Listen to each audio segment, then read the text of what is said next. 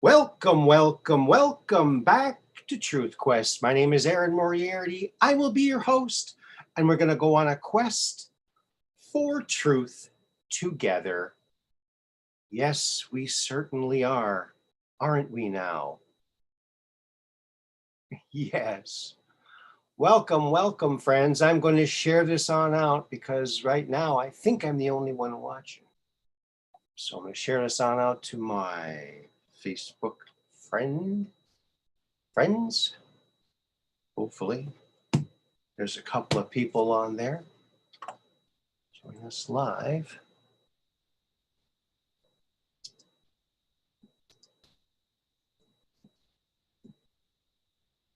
There we go. We're spreading the love, baby. Join us live. That ought to do the trick. Hello, Edward Taylor. You're the first one here again. Wow. You must have a really fast internet or something. And are you getting the notifications? I hope you are. So thank you very much, everybody, for being here. Welcome to the Truth Quest. You are the Truth Questers. So thank you very much. And you know, we always do a call-in show. So if you have a story, maybe something you saw, or maybe someone close to you has seen something, or maybe you have an opinion about an event or a story, you can always call in. So, and with that, maybe I should just drop that thing right in there right now. Shall we now? How does that sound? Okay, I gotta get at least the first number in there. I hope you're all having a very, very fine evening. No one has teleported. Okay. Well, let's see here. Here is the Zoom meeting link. Hello, Mud Rabbit. How are you doing today? Yes. Well, welcome to the Truth Quest. You're the Truth Questers, and I'm going to hit the big thumbs up. I get number 5 is my number, my lucky number for today. Now, when you hit that thumbs up, you get a lucky number, whatever number it is. When you click it, then, oh, someone got number 6. That's a lucky number for somebody. And then, well, be careful not to hit the thumbs down button, because then you get what are they saying? Like 5 or 10 years bad luck? Yeah, you don't want that. No, we don't want that. So do the thumbs up, get the lucky number, and avoid getting the bad luck. That's not good. We don't want bad luck for anybody.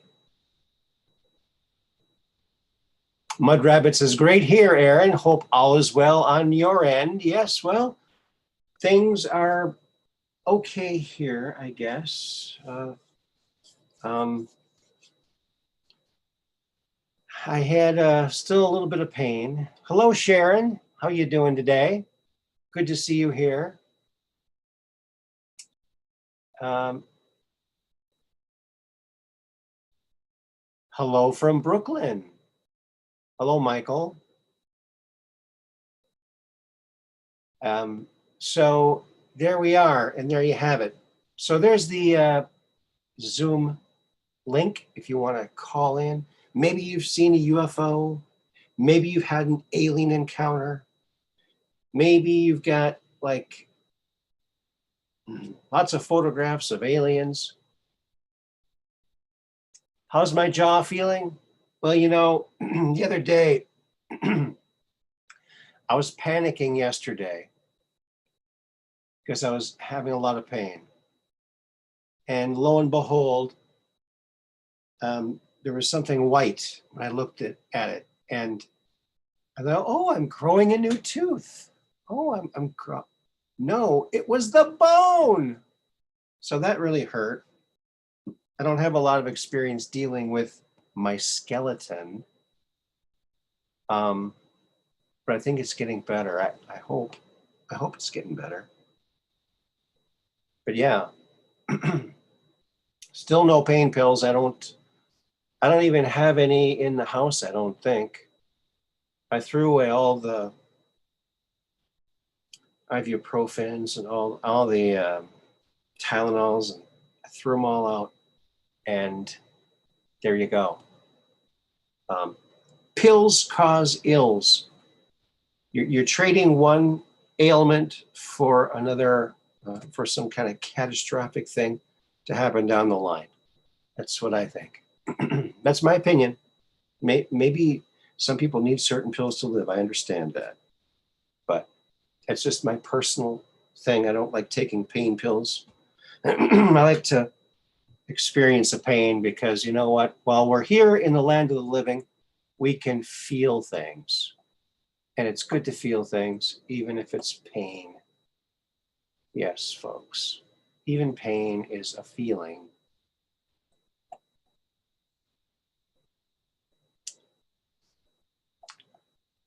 Well, hello, Kelly George and Catherine Weiss. Thank you for the very generous super chat. Wow. Thank you very much, Catherine Weiss. Good friend of the program here. Thank you, Kathy. That's going to help a lot.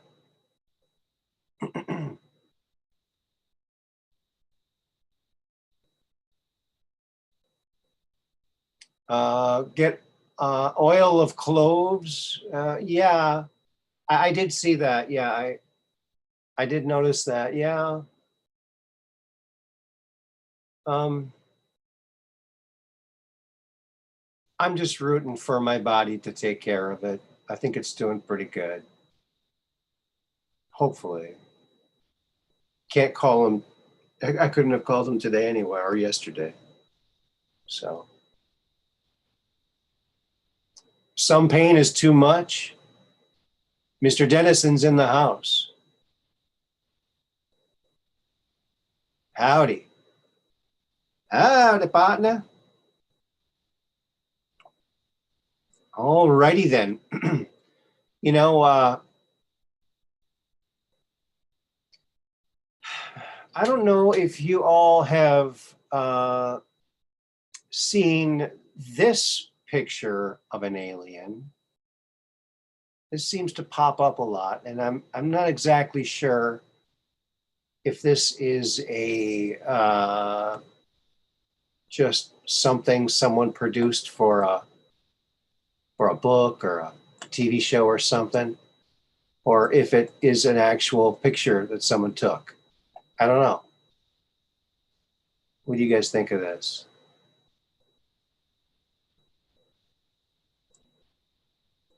I don't know. Looks like he has his hand up.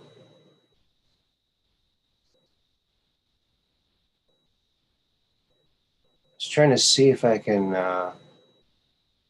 tell if it's been altered.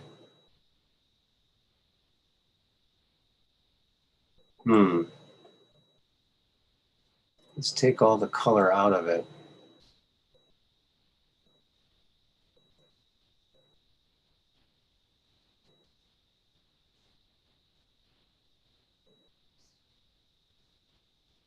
There you go. I don't know. Looks like, you know, this one always did seem like it could be real, but, you know, it just didn't. I just don't know. Or if someone knows that it was something built for some movie or something. I don't know. But yeah, revert back to original. It's supposedly color. However, we pump the color up.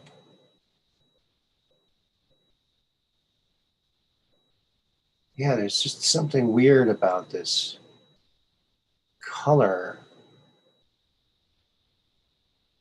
He's almost purplish, but that just might be the tint of the whole camera, the whole film there.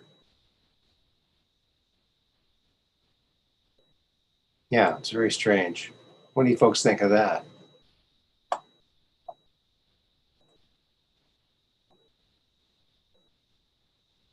Very strange, wouldn't you say? It's from a long time ago. Looks like John Lennon. Yeah, maybe it's the walrus. Yeah, spooky. This one is kind of spooky. Yeah, I agree with you. Mud rabbit, very spooky.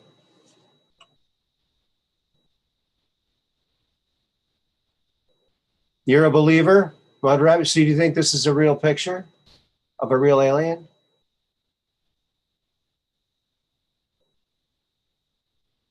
What's your opinion? Oh, there he goes. He's off the screen now. All righty. Thank you again, Kathy, for that wonderful super chat. And that helps to keep it keeps things running. You know, I'm about to try a new streaming service, and it's called StreamYard. And I almost did it tonight, but I'll probably do it maybe tomorrow or the next day, or who knows. Oh, and CBD. Oh, yeah. Oh, okay. Yeah. Oh, yeah. Yes, I've been witness to people getting really good results with that. Uh, no medical advice.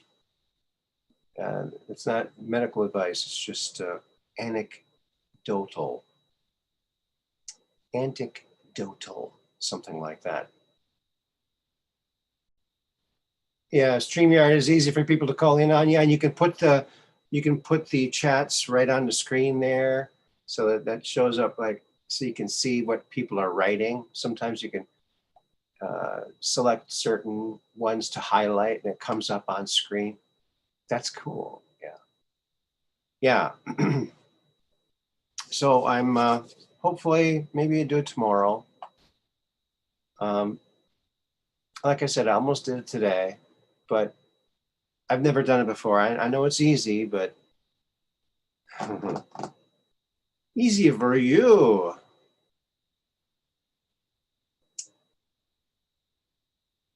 Maybe. Maybe. You just never know. You never know, right? Until you try. So, have you all heard of the Kexberg deal? The Kexberg?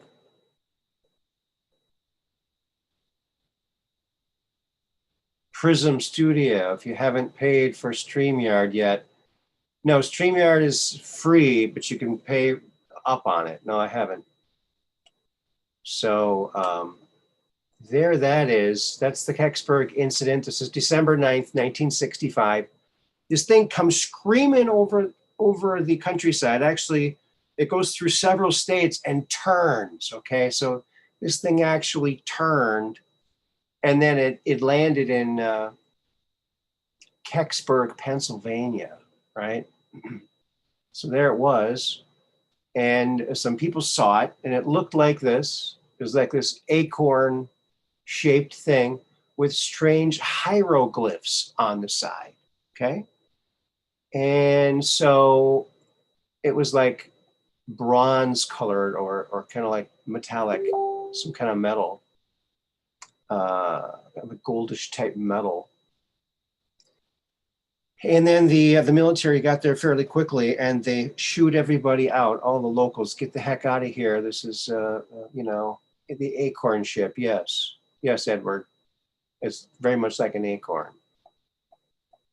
And so, this was featured on some shows, and it was also this story was featured in Leslie Kane's book about UFOs. And it's an interesting story for sure.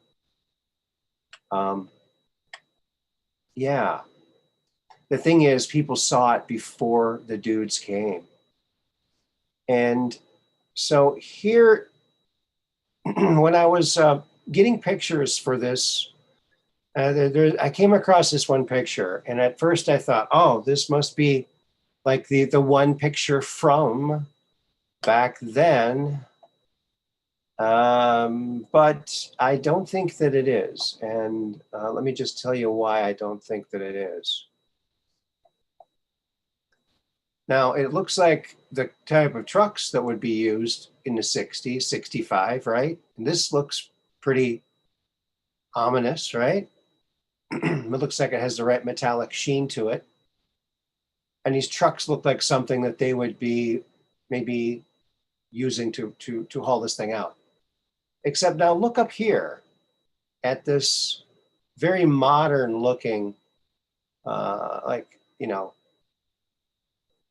police lights or tow truck lights, you know. I believe in 1965, I don't think they had these yet. So I think even though this is an old truck, I think it's retrofitted with some newer thing. So I think this might have been in the recreation for the big unsolved mysteries or whatever they did on the Kexberg issue. I think that's what it might be. But an interesting picture nonetheless, wouldn't you think? Don't you think?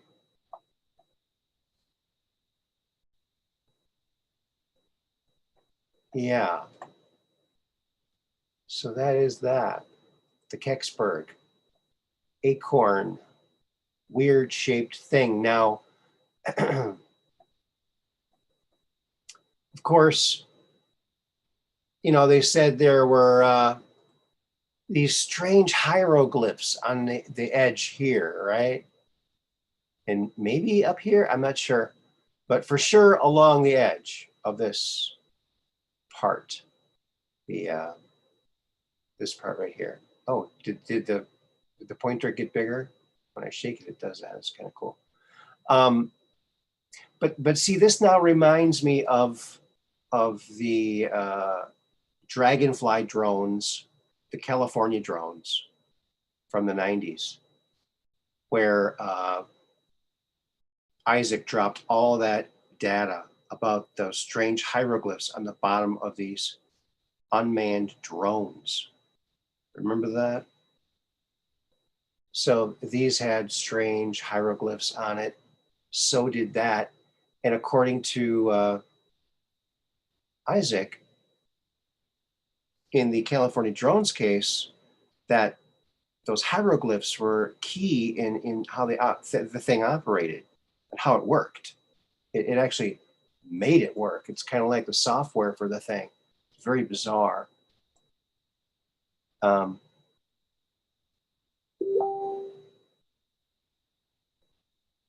Hey, Philip Oliver, how you doing? A puff pastry. Yeah.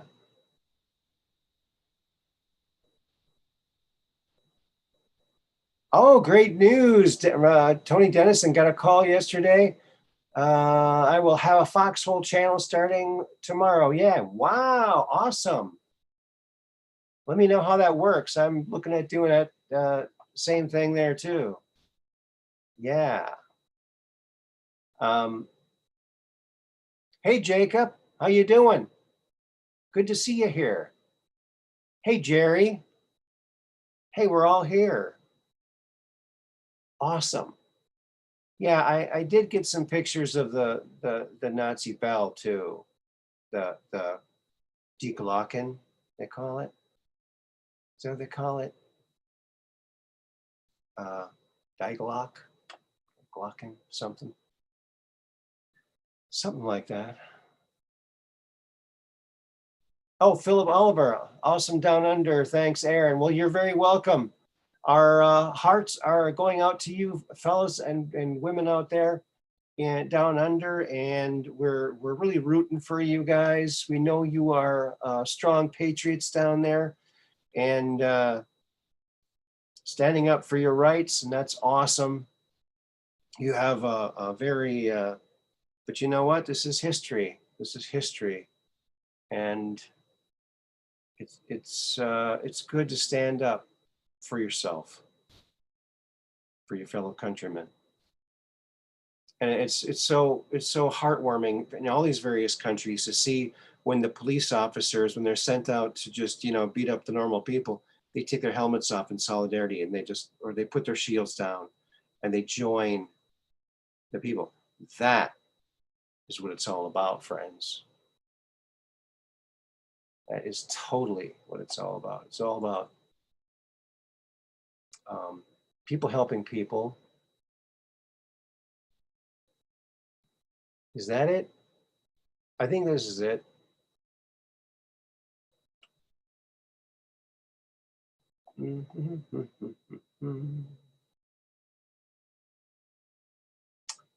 Yeah, there it is. Yes, that will be just like that. See, there's a lot of, I just screenshotted the Google search. So there it is. That's what Google shows you. Kind of like this one up here looks kind of interesting. It looks a lot like the Kexberg thing, right? Yeah.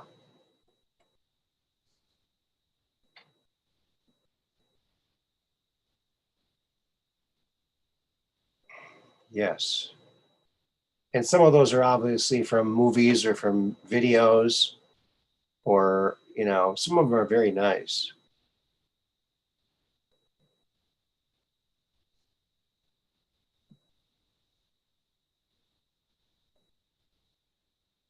So, okay.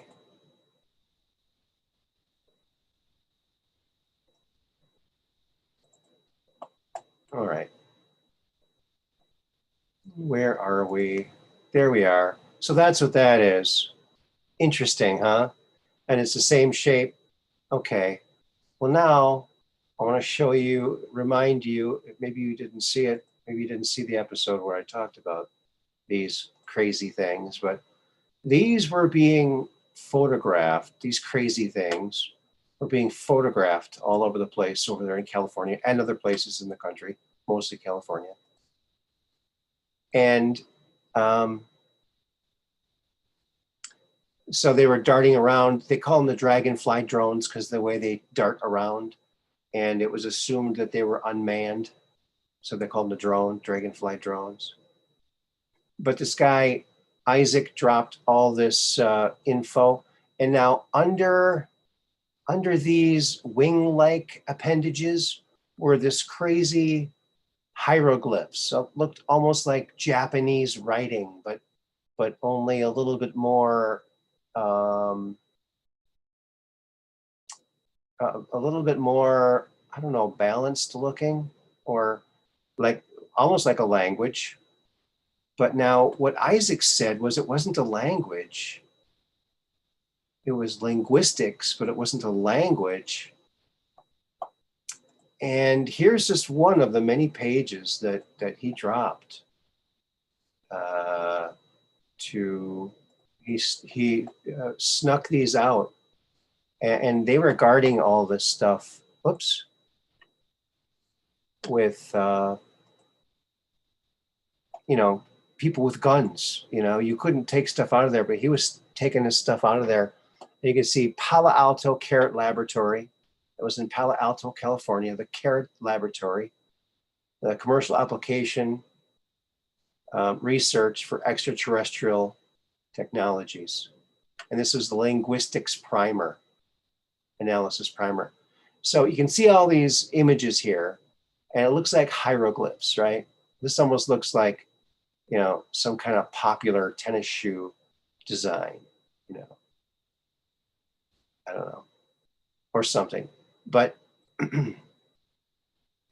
the way he explained it is when these characters are imprinted or impregnated in these particular shapes and these orders into a certain type of metal, a certain type of way with, I don't know what kind of ink or if it's a metal stamping or what it is.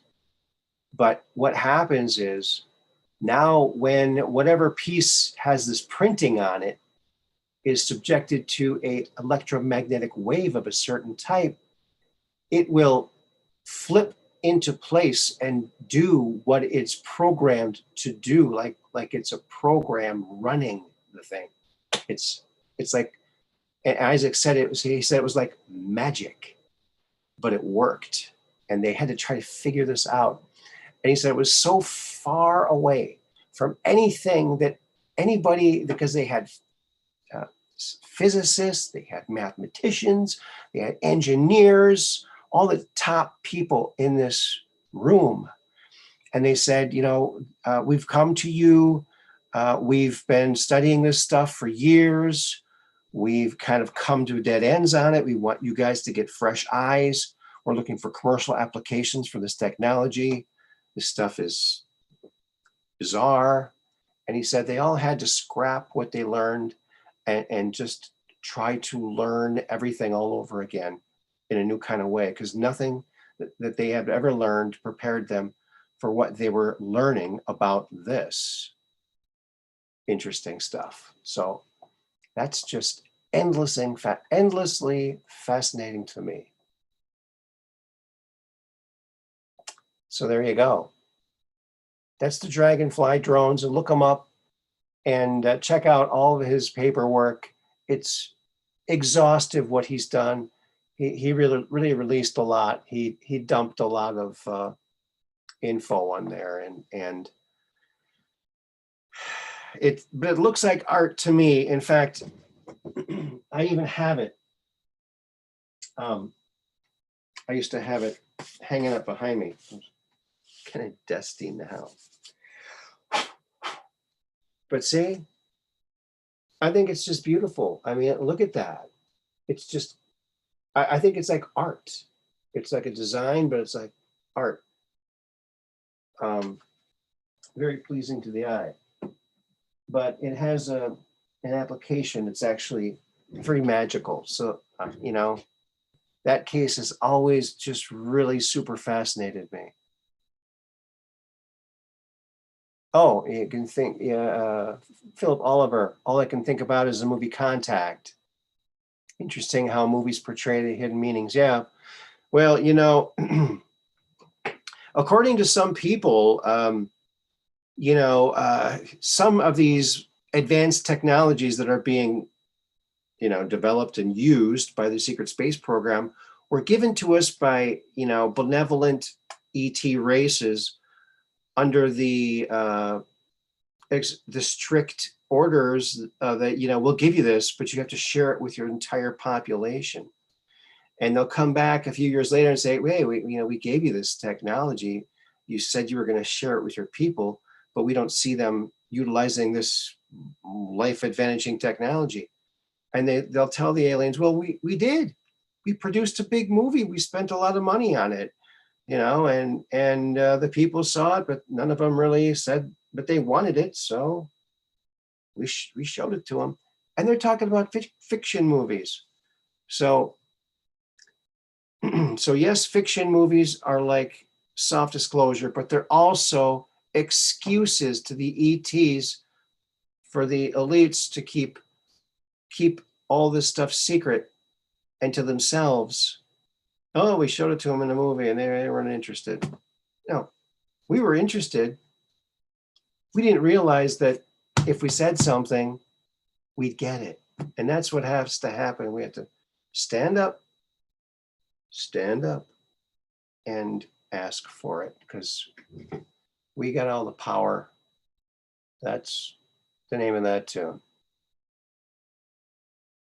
Yeah, it does look like Japanese. Karataka.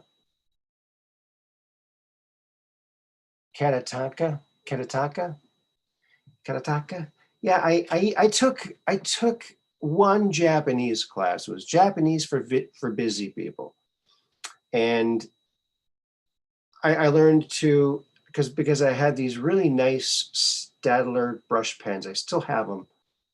I have one over here. No, it's in the other room. But what I do is I pop the back off and I put India ink in them, and so they last a long time. And they got the nice rubber tip, but it's like a brush, but it never flares out like a brush can. Like, ooh, you lose a hair, or things can happen. But yeah, Those are nice, especially for drawing the Japanese writing. And I was working at Tonka Toys at the time, and we're doing a joint venture between Tonka and I think Bonsai or Takara, one of the two. I can't remember. One of the giant toy companies out there. And so we were always sending emails back and forth, and I would like hand sign the thing and scan it, you know, and that was kind of fun. I like that. And I really got a better idea. It was kind of confusing to me at first, the Japanese language, but once I realized it was just like a mirror image of our language, like exactly the opposite, all of a sudden it was like easy. Well, I only took one class though, so it was more than one day though. But yeah, it was cool. Ohayou gozaimasu, konnichiwa, konbanwa. I only know a couple. That's all I know.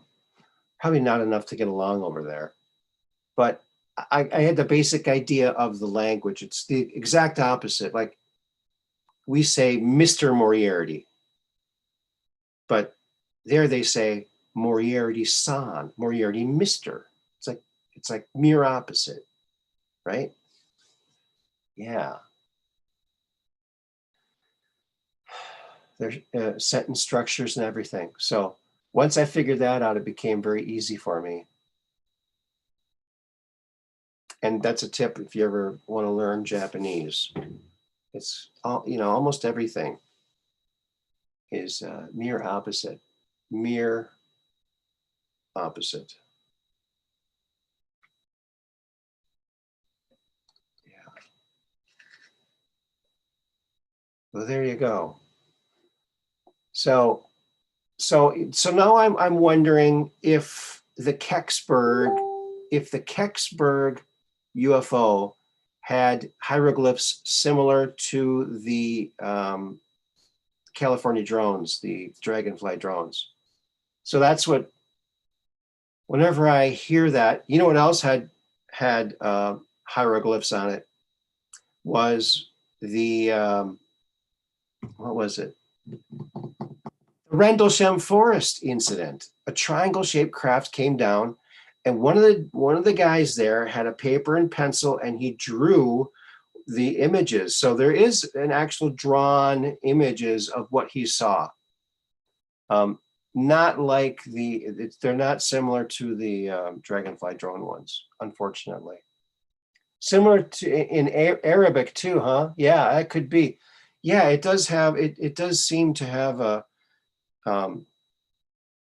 Japanese or Arabic look to it, but it's completely different if you look at it. Well, let's take a look at it again, shall we? Oh, I hope it's still up there. Yeah, it's right here.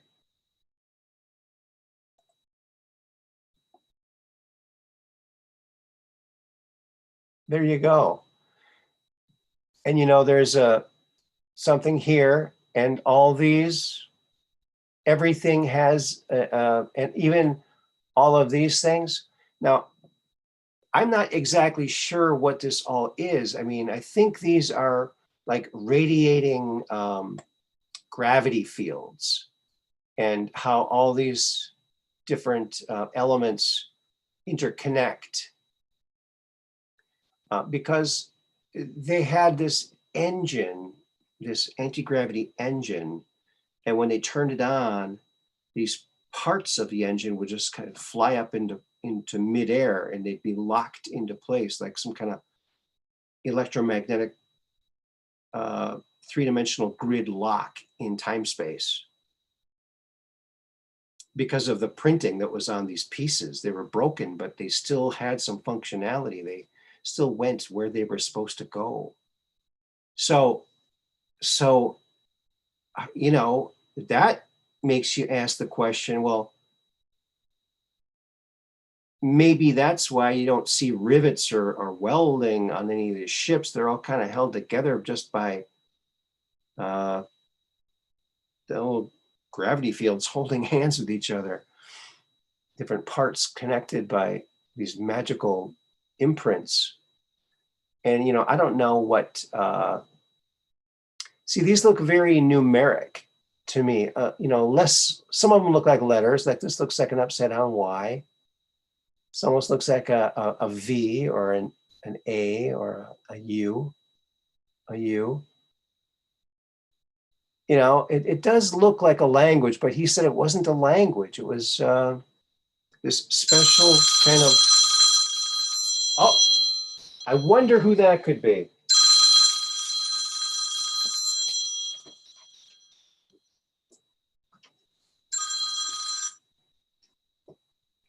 Hello? Hello. Oh, this must be Maxwell Smart. Yeah, it is. Yeah, that's the my smartphone. That's how I knew it. See, my Maxwell Smart. It's my shoe, so it's kind of it's my shoe, so it's kind of stinky. So there you go. Oh boy. Sorry about that. So how are you doing today, Max? Pretty good. I ran across another dad joke for you. Oh no. Oh, well, good. Can't have too many of those. This one, I might have said this one before. It comes courtesy of the Batman show. Oh, Batman? Yeah. Okay. You know, they have the episode with the Riddler. Okay. And so I think people have heard this, maybe. Four men are sitting in a boat with a cigarette in their hands. Okay. And they realize they don't have any matches. How do they smoke? I don't know. It says one of them throws a cigarette into the water and the boat becomes a cigarette lighter. Ah!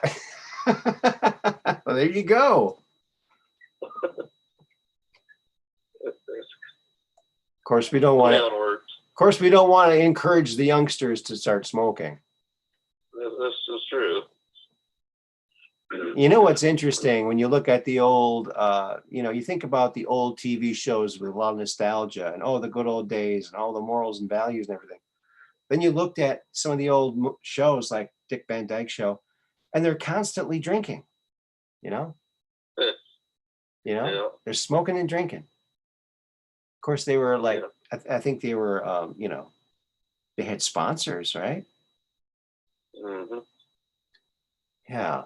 Very strange. Well, I don't know if people have noticed all the symbolism that Biden's putting out lately. Oh, yeah?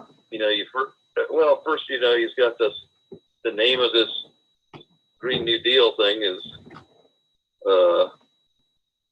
Build Back Better. Build Back Better, right? Yeah.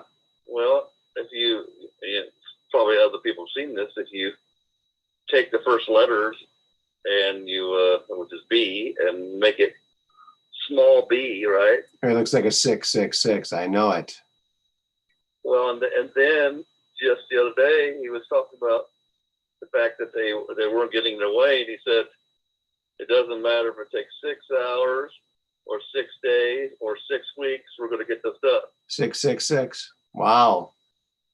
That's good that you caught that. It's interesting that you caught that. I just can't stand listening to the guy, so I'm glad that you did. Wow. So these symbolisms are being thrown out by them everywhere. You know, so remember, one of the posts says their symbolism will be their undoing. Yep, their downfall. Yep. Good night, Mr. Dennison. Hope you have a good time. He's going to have his own show on Foxhole. That's awesome. Wow, cool. I got to get a show on there. See what it takes to do that. Well, I had some new numbers to run through the gematria. Oh, yeah? Yeah. One is 1730, which, of course, in case those who don't realize it, one of the posts had the letter that were used that corresponds to 17, and then it said 30. Oh, okay. And I went through a bunch of posts at the time and realized where we go one, we go all actually corresponds to 1730.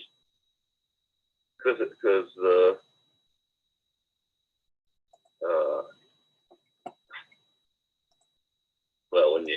calculate each of those words, their number and whatever, and you add them all up, and whatever you get, it comes out to 1730.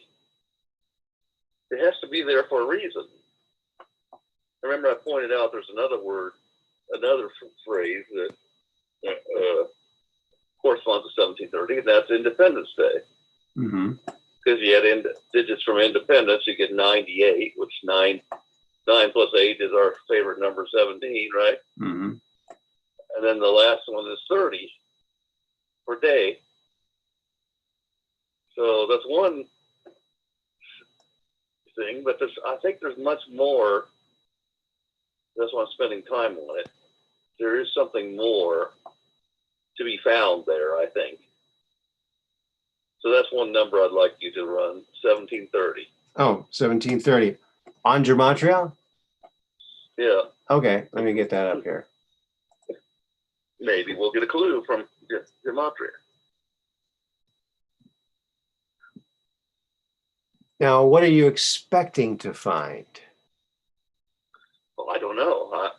I mean, obviously, they might have what we already know. There might be something about the independence, or there might be, Mm-hmm. But maybe there's something else there that will give us a clue to. I think there's another hidden meaning there, maybe that points to what's really going on. 1730. Just curious what they would have in there. Okay. Of course, that also corresponds to 173 because you could drop the 0. But let's put the most correct way. Okay. The first one is 12, spelled out, the word 12. 12. The second one is the creator of the universe. Okay, well, that's interesting, isn't it? Yeah, I think I know that guy. Okay, so God the source, basically, 1730. And then the third one is Stellar Gateway. Stellar Gateway? Mm-hmm. Like a Stargate? Stellar Gateway. Yeah. Yeah, but that's like a Stargate. Mm-hmm. Wow. It's our gateway to the stars? Could be. What we're going through? Yeah. Okay. The next one down, the fourth one down is check your bank account, baby girl. Yeah, right. That's what it says. That's what it says. What? Yeah. And the next one, listen to this. Austin not taken seriously. Boston not taken seriously? I hope Austin's not listening. Are you serious? I'll do a screenshot, all right? Boston not taken seriously. That's what it says. Maybe it's Austin Powers. Okay, well, you know what? Well, that's pretty uncanny that we've got a friend in the these ones didn't get on. Joseph Smith Jr., deeply offensive to all mankind, the Vatican serpent plague. Wow. Well, wait, are you reading more of these? Jude Law.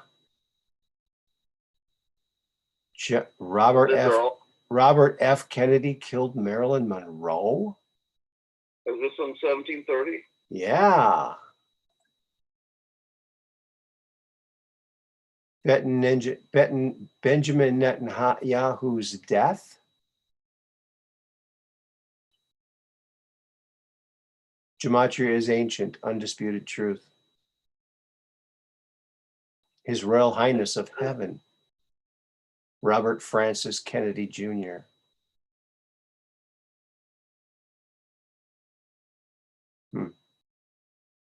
Huh.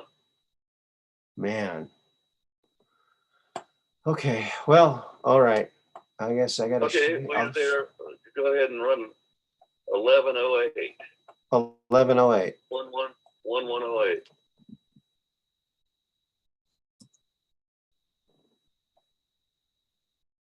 All right, here we go. You know what? Maybe I should.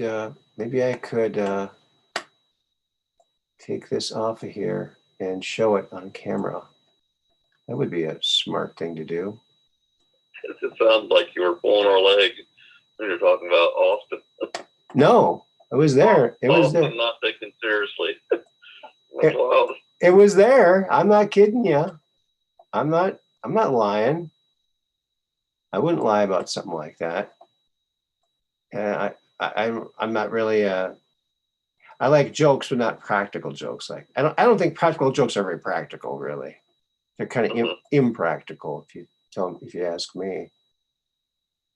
But desktop. Okay, I got to show you this to prove to you that it's there, so you know that I'm not lying. So I can redeem myself again. Oh boy, where did it go? Oh, is that it right there? Oh, let's see. Yeah, there it is. Okay. Well, here we go, friends. Here we go.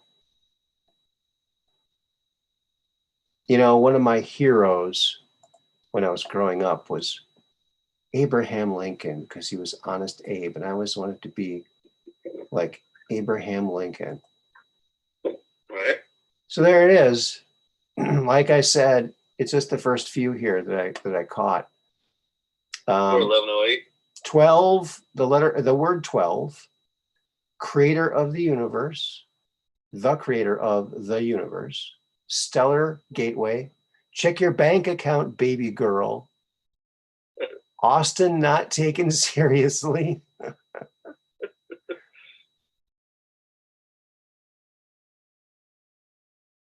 Whoa, this is interesting.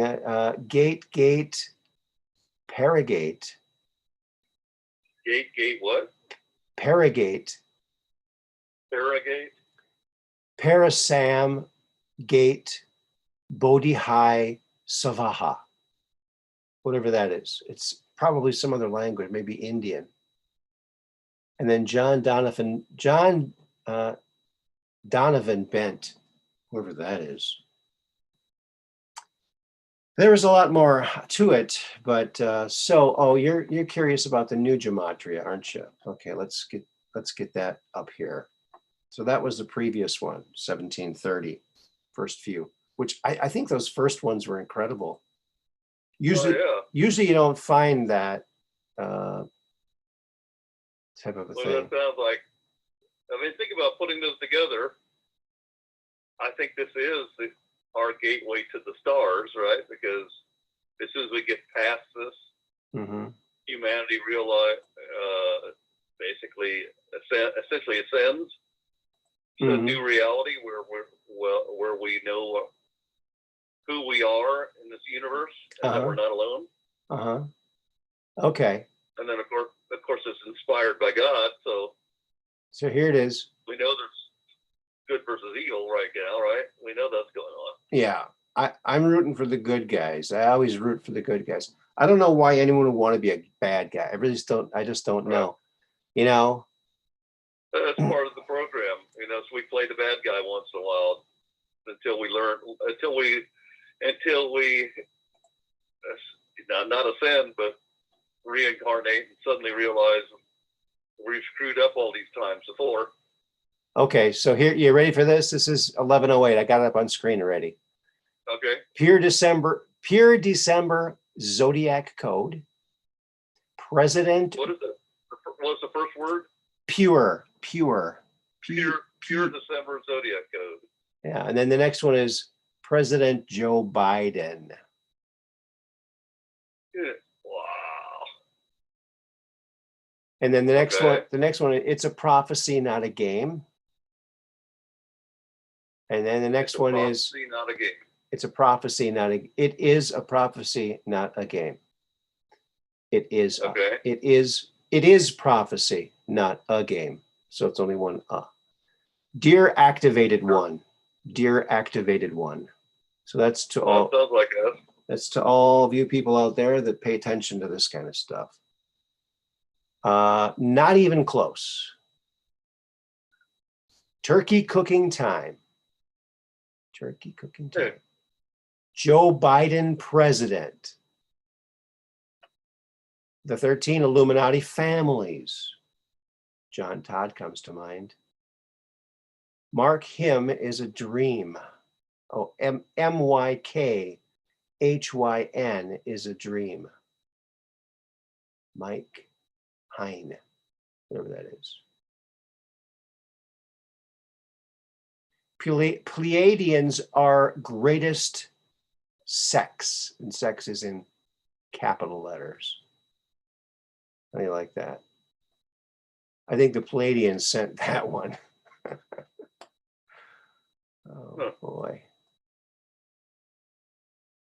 Okay, my confuser is going real slow here. Oh no, there's some nasty ones. I'm not going to say some of the nasty ones. Buddy Holly? Buddy Holly, Man of War? Oh, that's interesting. Aphrodite looks subhuman. Jesus of Galilee.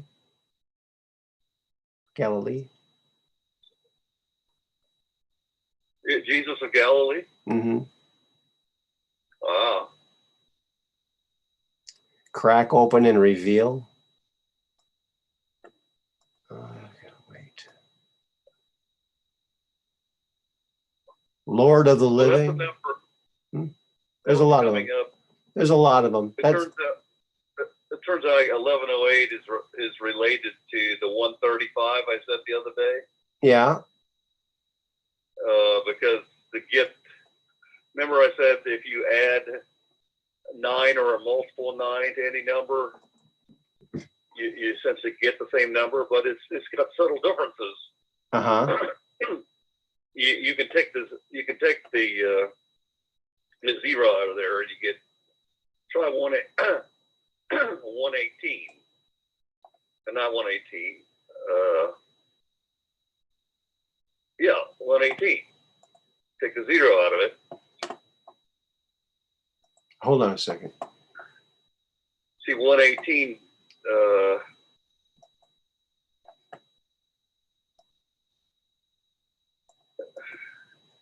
118. Yeah.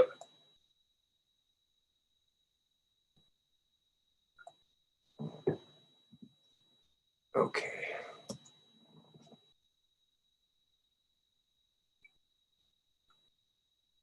Well, we're getting very short answers from that. The first one is death. Second one is Isaiah. Third one is Amber. Fourth one is Logan. Fifth one is Clone. Claire. Rachel. Define end. Lagarde.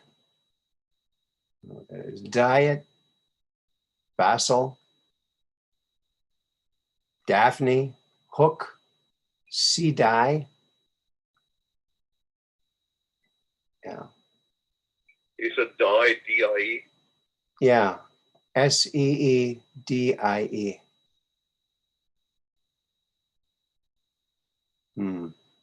Yeah, there's a whole bunch of them. Well, anyway, that's interesting. Some of those, the 1730, we know that number is for real as far as in that's in the posts. Mm-hmm. That was interesting. That would suggest to me, that what I took from it anyway is that this is basically God's hand at work. And when we come through this, this is our gateway to the stars. Mm-hmm. When we see our way through this, we're going to have that reality we want.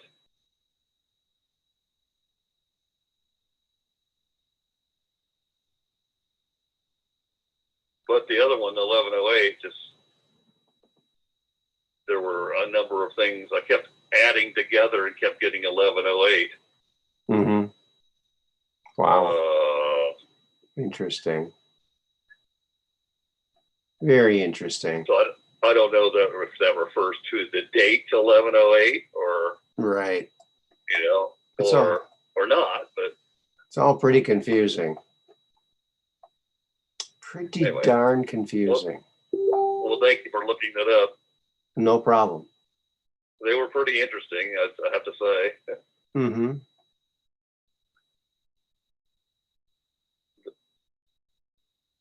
Yes, they were. Strange that it would say Joe Biden on that second one. Yeah. I found an image on the intranet today. I'm just going to pump it up here on the screen. And it's a picture of a model of a UFO.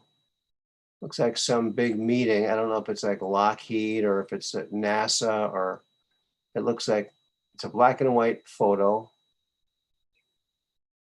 But the craft looks just like the George Adamski photographs. Almost like it was made from looking at that. So I thought it was interesting. It's a nice looking model. Very nice. Kind of interesting. Have you talked to Andrew lately? Nope, not lately. Not for a few days. Hi, Abby.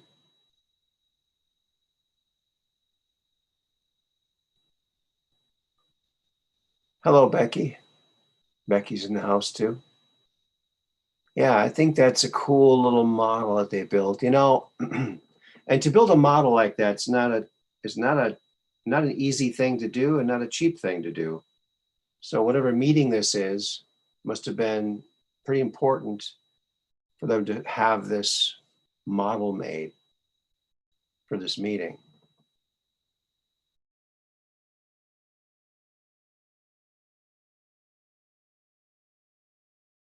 Yeah, we were talking. Yeah, we were talking about gematria. We're looking up some gematria numbers. I guess Abby was asking about that. Well, one of them, of course, was the most important one was the number that comes out several times in the drops. 1730. 17 drops. 1730. Yeah, 1730. Yeah. Because the main phrase, where we go one, we go all, comes out to 1730. And I can do really quickly. I can explain how. Where is 59? We go. I'm trying to remember now. It's been a while since I did that, so I'll have to. Where we go one? Okay. It's where is 59? We go is 50. That's the 50. So that's 109. And then one, I think, is 34. So 109 and 109 and 34 is 143, and you can add the 4 and 3, so there's the 17, right? Mm-hmm. And then we go. Remember, I just said it's either 50 or 5. In this case, it's 5. And then all is 25. So 25 plus 5 is 30. So okay, 1730. And there's another phrase in there where it literally says the letter corresponding to 17 and then 30. And that post came out right about, I think it came out like the 7th or 8th of January, and people thought maybe this was giving us a date when something good was going to happen. Well, Tom of True Reporting was reporting on it at that time. 8th of January was a good day. That's the day Elvis was born. And his twin brother. That's gematria. You only enter numbers, right? You don't enter letters, right? You can letters too, yeah. Phrases, anything. You can do letters too? Oh yeah, definitely. Okay, then do the letter corresponding to 17, and then the space, and then 30. Hold on a second. Let me get to it. Oh, where did it go? There it is. All right. What do you want me to write? The letter that corresponds to 17, and I won't say it just so we don't. Oh, okay. And then space, and then 30. And the number 30? Yeah. Okay.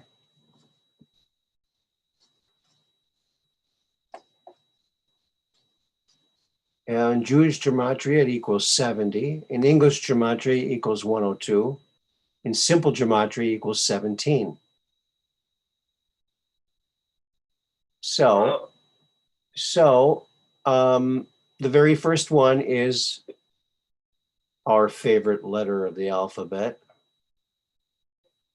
Seriously? Seriously. Number 2 is hidden. Number 3 is PDF. Number 4, PDF. Yep. Number 4, my favorite, meme. We're saving the world. Meme. We're saving the world with memes. Right. Then the next one is just LO. Hello. Next one is Malik. I think that's Obama's brother. Malik. Malik. Malik. Two M-A-L-I-K. places where I remember Malik. The Star Trek Enterprise show had one of the guys that was the augments was called Malik, and then there was another one. Obama's brother. I think that's his name. Okay. Dodge. P-I-A. Lina. L-I-N-A. Emily. Emily. A-M-E-L-I-E. Knife. Knife. Knife. Nice. Okay. Bobby, Minnesota, M-N. I, God. A-P-I. I God. I, God. API, nail, be kind.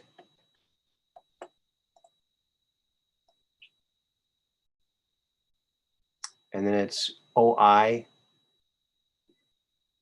O-L-A with the little thing above the A. Ola. Hola. Camille. K-A-M-I-L.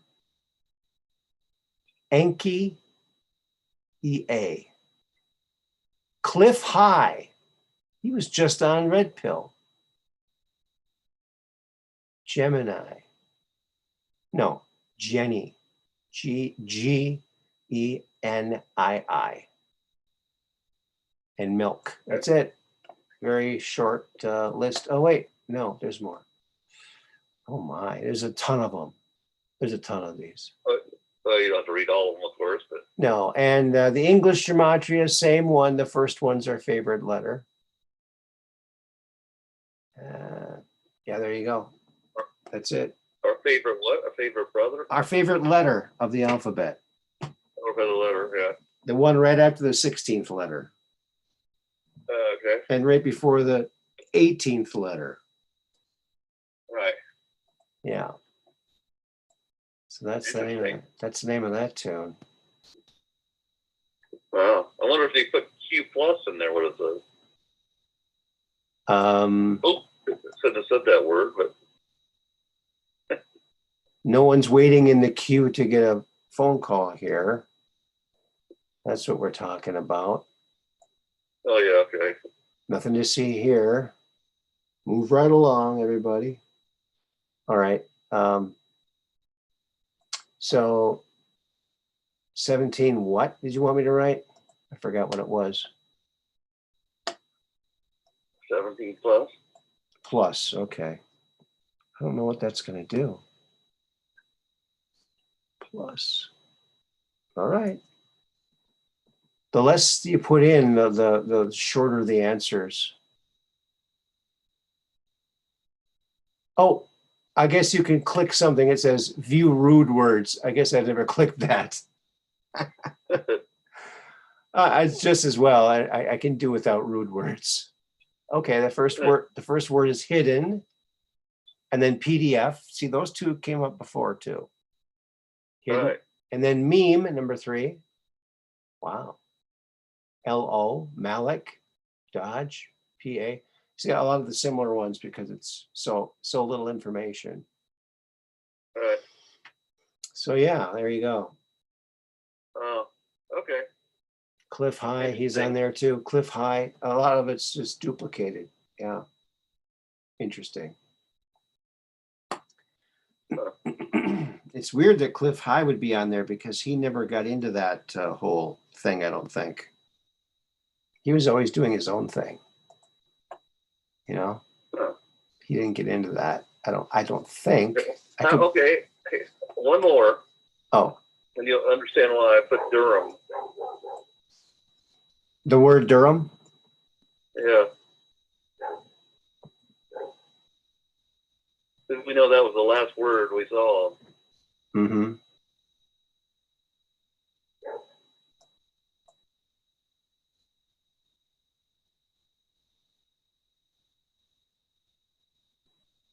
Okay. Spell Durham, so make sure I got it right.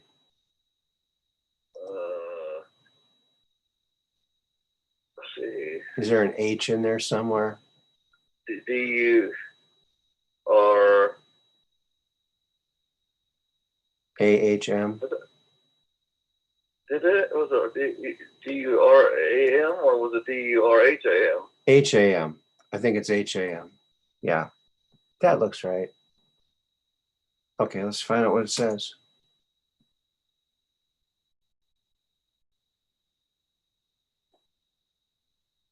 Takes a little while for it to crunch the numbers. Here we go.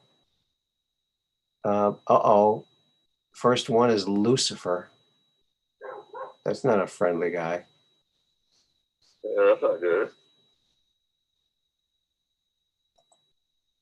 Second one's Durham. Mabus, M-A-B-U-S.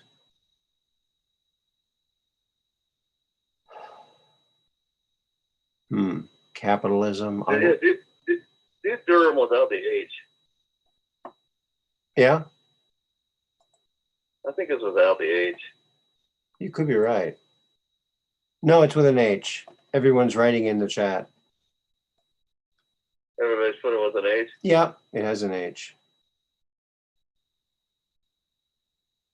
Now, with the gematria, I think you can put in other words, and so there's some of these words might be inserted by the cabal to make Durham look bad, right, too. So that could also be, because sometimes I'll put something in there and it'll say this is not in our database. Do you want to put this in the database? I always say no. I don't want to. Oh, I see. I don't want to add to it. You know. I don't want to add to the database. So someone could add it to this. But I think that's how this is how they communicate, right? So it's like a code within a code within a code. So who knows? You know, they're desperate to communicate, and they'll do it without the H a second though. Oh yeah? D-U-R-A-M.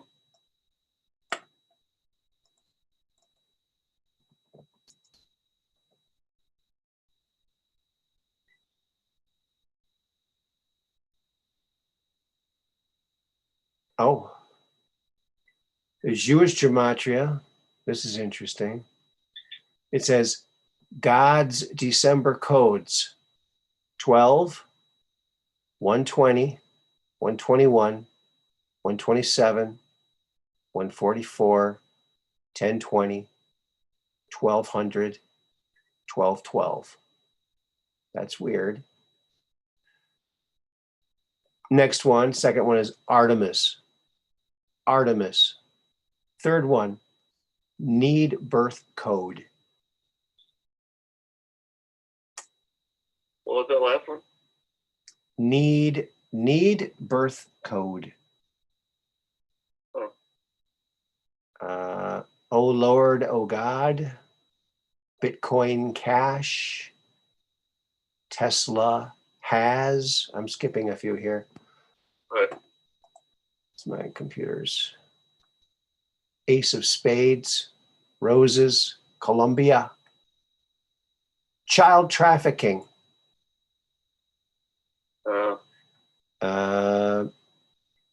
Celebration. Google Chrome. Thug. Well, sort of a celebration, of course, you can see what that.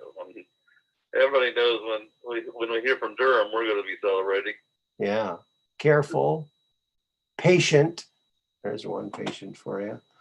I guess we have to be patient, huh? Right. Yeah. Every time I go to see a doctor, I'm patient. Boom-pa. Star Child, there's a good one. Bitcoin Cash.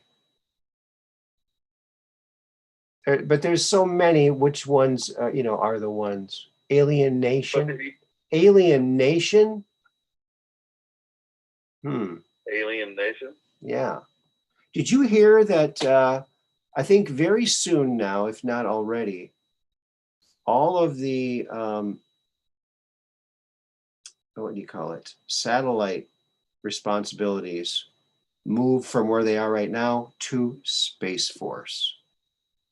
They're going to be controlling all satellite traffic, or they're going to be instrumental in it or something like that. Very interesting.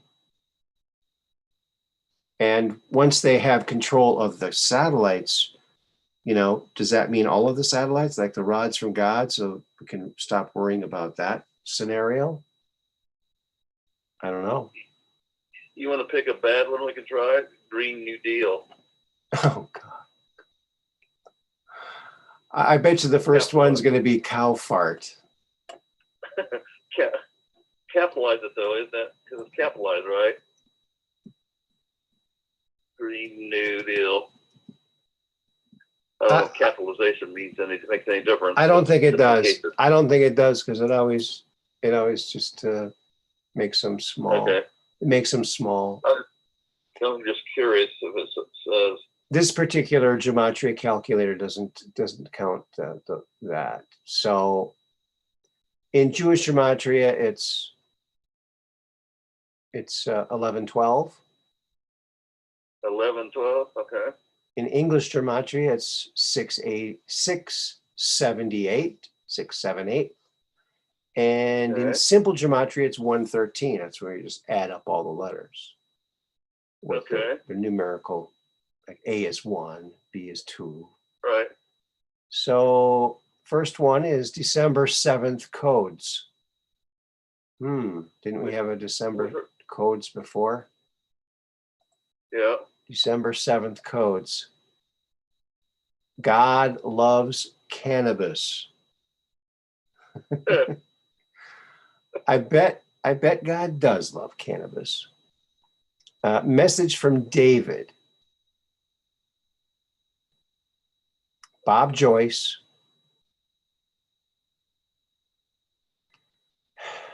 I don't know how to pronounce this. It's Teshuvah.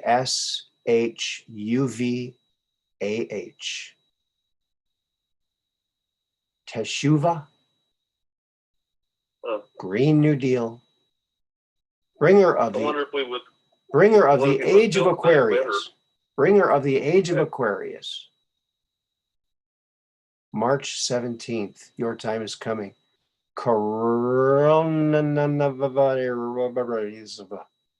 Yeah. The word we're not supposed to say starts with a big C, ends with an S.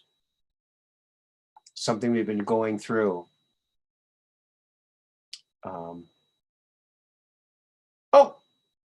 And guess what the next one is? You won't believe what it says here. You won't believe it.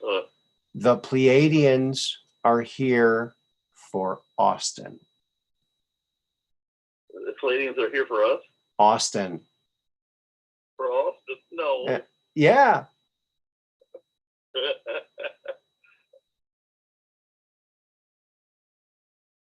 Yeah. There's some words on here I can't say. Prominently, I wonder if he writes these things. He might be going in there and inserting himself in. Good point. That's one way to do it. Next time he comes on. Yeah. We'll have to tease him next time he comes on. Say, hey, you know, do you write gematria? Because we found your name twice. Right. That's funny. Yeah. I don't. Hey, Peggy Dancer. Peggy Dancer's in the house. How you doing, Peggy Dancer? For Austin Morris. One more, I'll quit. Okay, I'm not putting these ones on the camera because sometimes there's words that might get me, bumped.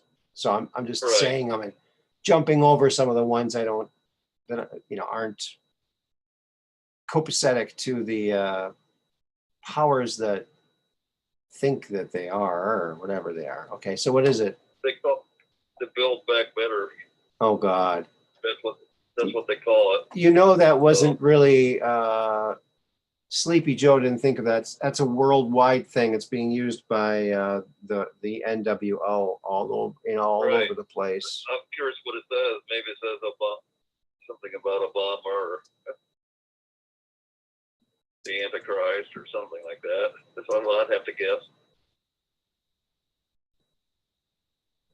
Build Back Better. It's such a stupid sounding thing. Yeah, they want to tear down every single building and build buildings with no windows and make sure they're run by all on wind. So there'll be like a little pinwheel on every little ledge. I don't know how they're going to do it. Build Back Better. Okay. So in Jewish gematria, it's 543. English gematria, it's 810. And in simple gematria, it's 135. Oh, that's interesting. So let's see what it says here. Very first one. 26, my kids, 26. And then Build Back Better. My kid is 26. 26, my kids, 26. And then Build Back Better. And then beautiful. Bad Biden-Harris slogan. Bad Biden-Harris slogan. I bet a patriot put that one in there. Yeah. Our Code Decoder. A Star is Born. Rocky. Shelley. Build Back Better with no spaces. Calculating Math. October 10th. Dark Knight Rises. Cornerstone. October 10th. Dark Knight Rises, you said? Mm-hmm. Cornerstone. Yochanan. Yochanan. Whatever that is. Huh. Haziel. Haziel.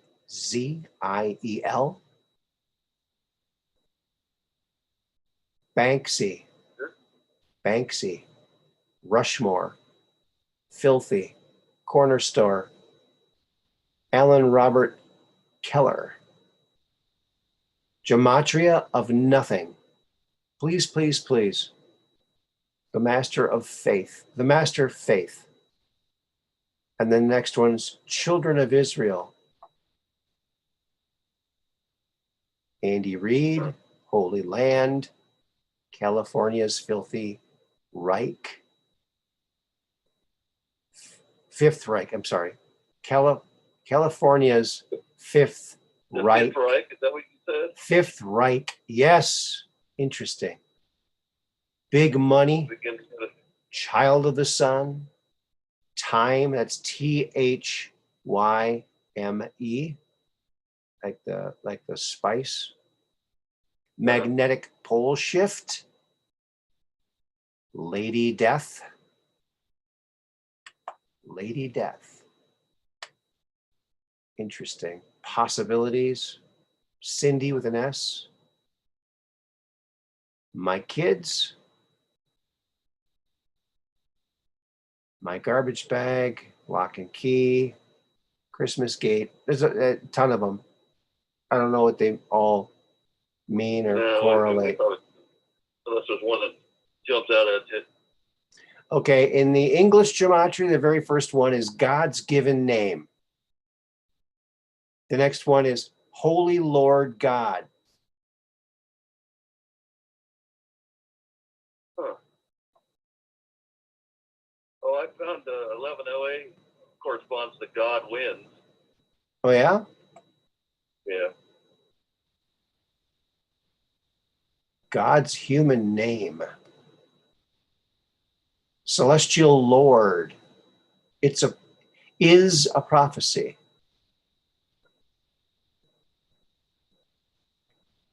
Well, God, you know, God, sounds like those were entered by a Satanist, right? God, December fire dragon. December 7th day. One Lord, all code. 720, 864, 888, 972, 1190, 9000. Yeah, there's a lot of them. It goes on. Okay, well, that's Rothschilds. but Rothschilds is in there. They're always in there somewhere, aren't they?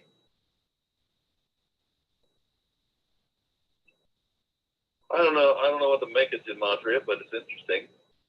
Yeah, I don't know what to make of it either. 30. It's just a lot of fun. You know, who knows what we're really stumbling onto here? We just don't know. Right.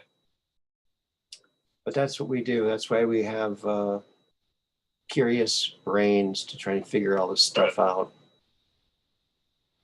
But I thought 1730 was the best one of all of those. Is it, you know, Celestial Gateway or Gateway to Stars or something like that? Silver Gateway, and then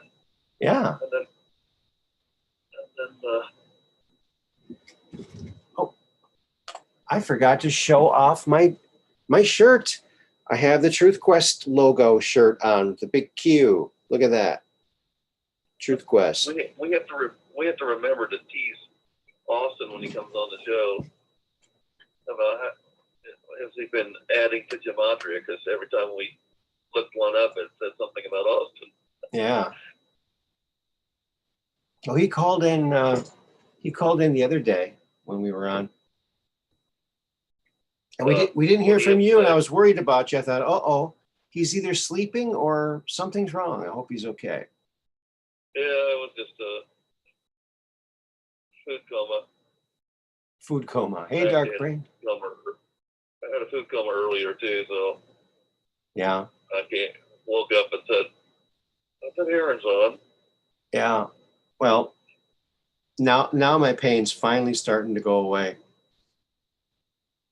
Because the other day I told the people earlier in the show that I was looking at it in the mirror, and I thought, oh, there's something white there. I thought it was a piece of food, and it was obviously part of me. I thought, oh, I'm growing a new tooth. And wait a minute, that's the bone. And so it was not feeling very good, like hurting, because apparently you're not supposed to have your skeleton exposed. Apparently that's a bad thing. I guess that's why they invented skin and muscles, to cover the bone. You know what the best time to go to the dentist is? Tooth hurty.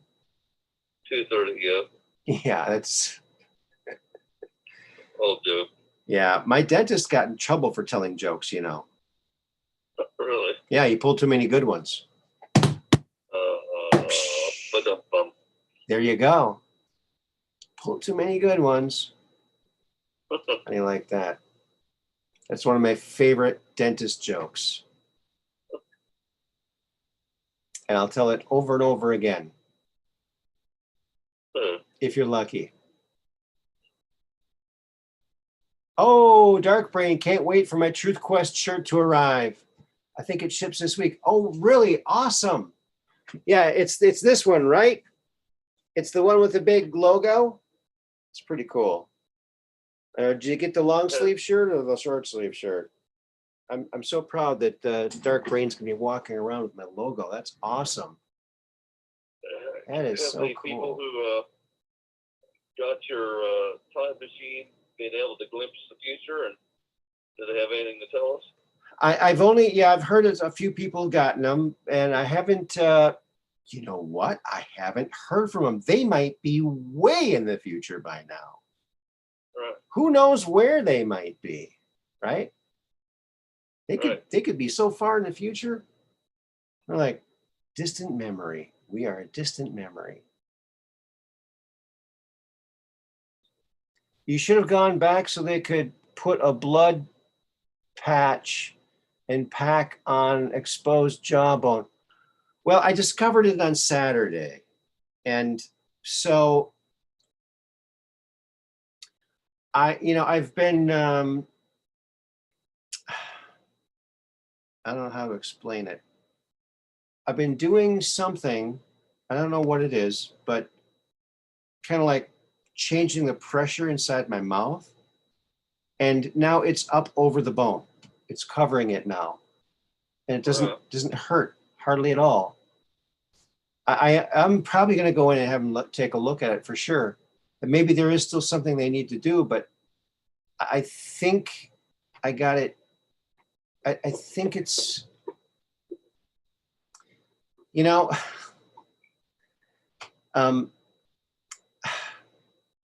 had a friend go into the hospital and had the heart checked, and one of the arteries was completely blocked. And I was like, is there going to need to be heart surgery? No, the heart has already rewired itself. We missed the opportunity to fix it. Wait a minute. You mean it'll fix itself without surgery? Or it could, it could. It might or it might not, maybe. But yeah. So apparently it was such an old injury that it had rewired itself, kind of rerouted itself. The body's amazing. I mean, it goes ahead and fixes itself without telling you, Right. I think there's a lot of truth to that. Yeah. I think a lot of things get in the way. Maybe things in our food that are bad. And I've been doing some research on bad ingredients in food and trying to look for clues of weaponization of our food supply. Yeah. You know what ingredient has really been bothering me? And I bought something and I didn't realize it had the ingredient in it. And I took a taste and was like, ugh, what is that? Aaron, please call the doctor first thing in the morning. Yeah, I probably will. But the pain is gone and the thing is under the skin now. So I was thinking, well, maybe I should chip that part of the bone off. No, I don't want to like infect my bone. That might not be a good thing to do, right? You know what the number one thing we're supposed to avoid in food? What? Wheat. Wheat? Yeah. Like number two is gluten? To be obvious. Huh? Gluten? Is that gluten? Wheat is gluten? No, I don't think it's because of the gluten, actually. It's because some genetic engineering that went on and it produced some kind of protein that's extremely bad for us. And then sugar's the next one. Yeah, sugar's bad. But I was shocked when I heard wheat was first. I can't remember the name of the protein. It begins with a G. Gentin or Gen. I don't remember what the name of it is. Okay. It has a lot of negative health effects. Brooklyn Ways says, Aaron, I know what you're talking about. I had extensive dental work last couple of years. Ask for a scan of your face, different type of dental imaging. Oh, interesting. I do have a x-ray of my head that I got. I negotiated for it. Many years ago, I went into the emergency room with a chicken bone in my throat, like sideways like this, going across, thin bone. And I was at a restaurant at the time in Minnesota, and I took a hard roll and I ate a hard roll. It just went down. It scraped. I could feel it. Yikes. So I went to the emergency room, and the nurse like opened my mouth up, and she was like, probe it. You know, she was like looking at. Oh, I see it. There it is. Yeah, she's like with the light, and she's looking at it. And, oh, there it is. I can see it. It's right in your throat. Oh yeah, yeah. And then she was like probing with this thing, and I went.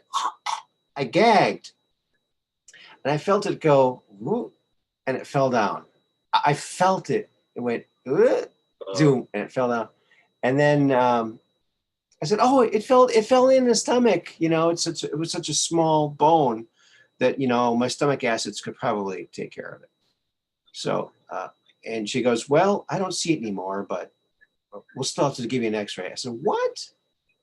Yeah, we'll have to give you an X-ray. I said, "Well, you didn't see it, did you? But you saw it before, right?" "Yeah." "Well, why do I need an X-ray? I felt it go down. You saw it. It's not there anymore. Why do we need an X-ray?" "Oh, it's our policy." "Policy? I don't want my head radiated." Right. I didn't have a choice. So they took it. And after it was done, I said, "I'd like that X-ray, please." And she's like, "What?" No one's ever asked for, what do you, I said, "Do you have a boss?" I certainly do." "Well, I'd like to talk to him." And so her boss came in, and I said, she talked me into this X-ray I didn't want.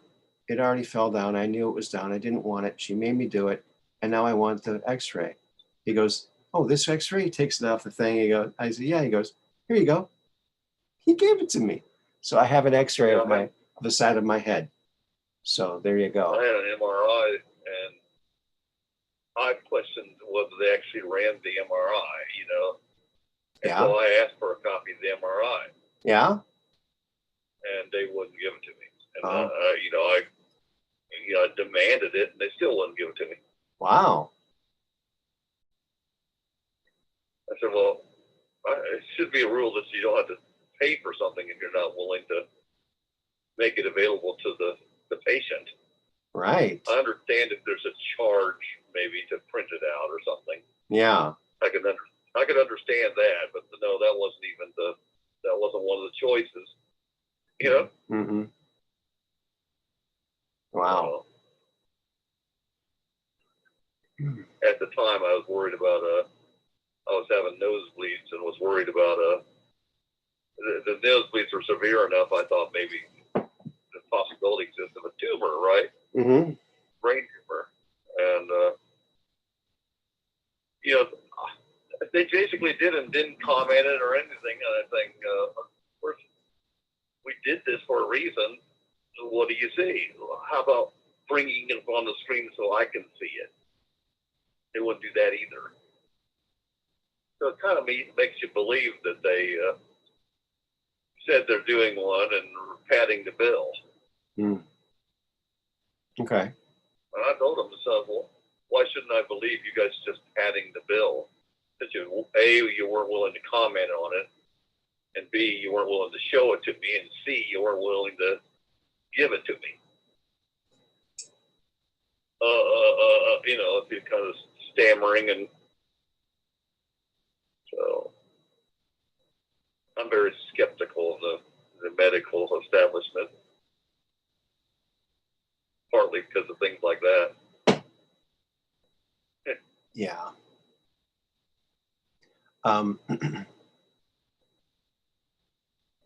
So Peggy Dancer says, if you ever get a bone caught in your throat, use Accent Meat Tenderizer. It dissolves the bone quickly. Trust me, it works. What was the name of it? Accent Meat Tenderizer. Well, I don't eat meat anymore, so unless carrots start having bones in them, I won't have a problem. And that's another reason why I'm glad I don't eat meat anymore, because I was eating that chicken so fast. It was like fried chicken. It was at Byerly's restaurant in Minnesota. Byerly's is kind of an upscale grocery store. They have chandeliers and carpet, And then you can Wow. buy live lobsters and, you know, the whole 9 yards, everything there. It's quite something. I mean, people come there just for, you know, to shop in this luxurious, and they have a restaurant, very good restaurant. But that's where I had my incident with chicken bone, Oh. because I was eating so fast. You know, it just never eat fast, folks. Eat slow. Take your time. Chew your food well, and you'll be fine. That's my advice to you. Alrighty then. Let's take a look at this and see.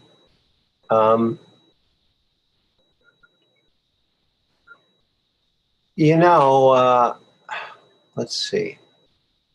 Do you have any new inventions in the work? Well, yeah, I am working on a new game. It's pretty interesting. It's very nice. It's wooden, and I think people will like it. Cool. Okay, I'm gonna put a picture up here of a round bale of hay. Have you seen these things on the side of the road? The round bales of hay.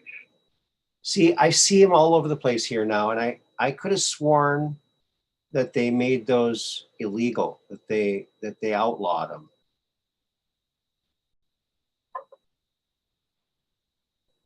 I thought they outlawed those round bales. Didn't they? Not that I know. I could have sworn I heard somewhere that they. What, because they kept rolling off the truck or something? No, because the cows weren't getting a square meal. Oh, there he goes. Ambushed again. There we go, folks. You heard it here. So now, guess what? Now everybody is armed with a great dad joke, because when you're a dad and you're driving in the car and the kids are in the car, guess what you see quite often if you're driving to the countryside? You see round bales of hay. Boom. Perfect time to drop the old round bales of hay. Hey, didn't they make those illegal? Great joke. You'll have fun with it, folks. Run with it. Remember that in the third time you tell a joke is always the funniest. So keep telling it till they laugh. That's right. Keep on telling that joke. If they haven't grown 3 times, you're not doing it right. Yeah.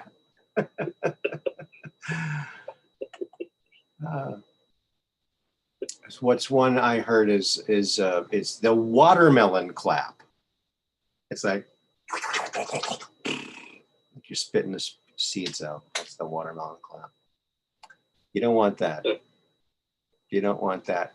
Oh, I saw a funny video of a guy the other day. He caught an alligator in a garbage can. One of those. Yeah.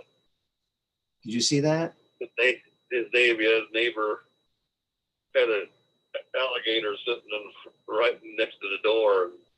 He was afraid his neighbor was going to open the door and get bitten or something.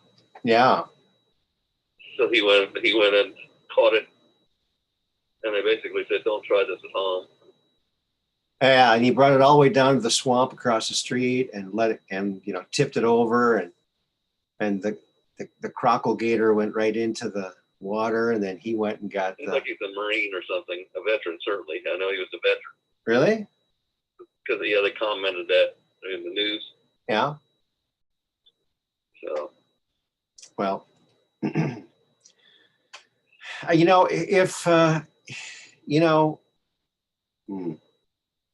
yeah, that's that.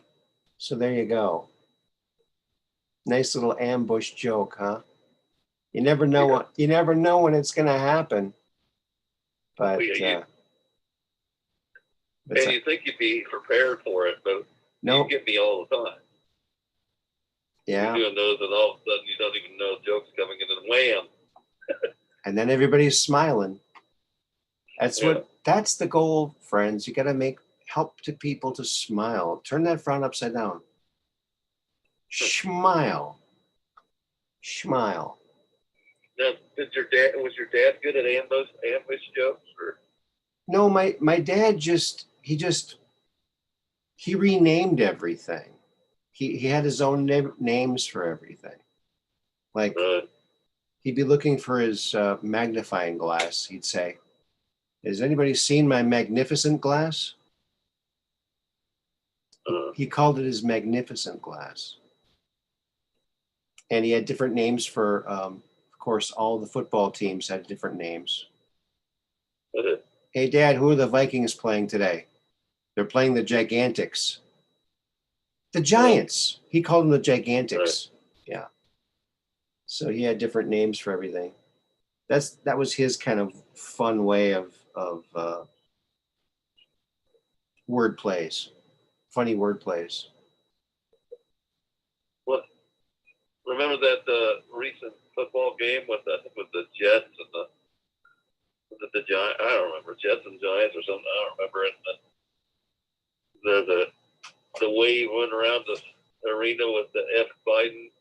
Oh yeah. Did you hear what happened today or recently? I guess there was some, maybe it was like NASCAR or something, and they were saying that,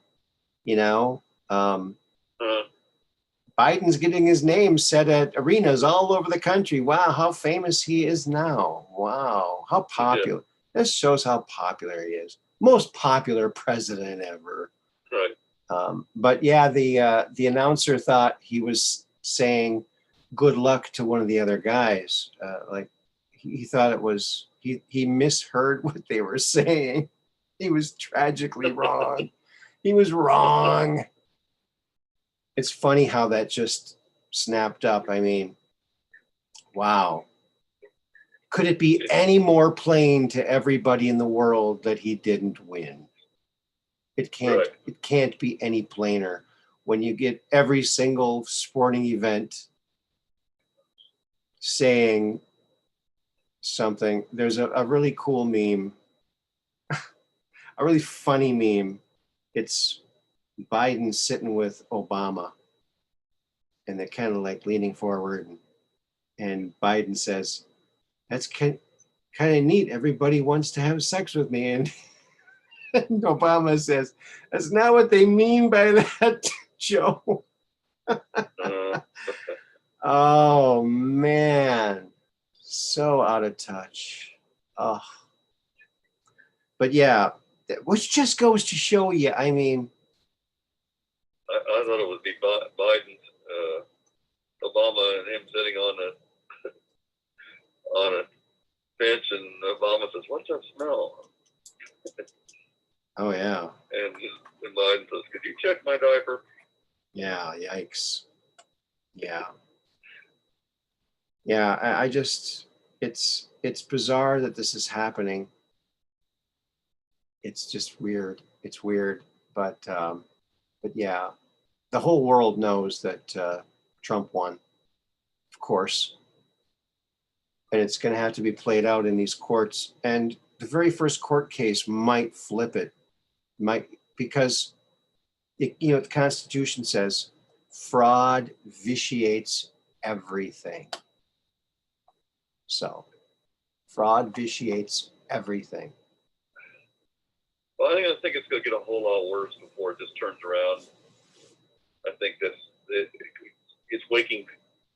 These things, bad things happening, are awakening a lot of people. Mm-hmm. I know a few Democratic friends and I used to lean Democratic, even though I was an independent. Yeah. And so these people are saying, "What is going on? How can we have this thing going on in our country, and yet the borders are open and nobody has to get tested?" So right. It makes no sense. They talk about science. What science is that okay in situations like this? Yeah. And the key is it's not. Right. There's no science. Junk science, maybe. Right.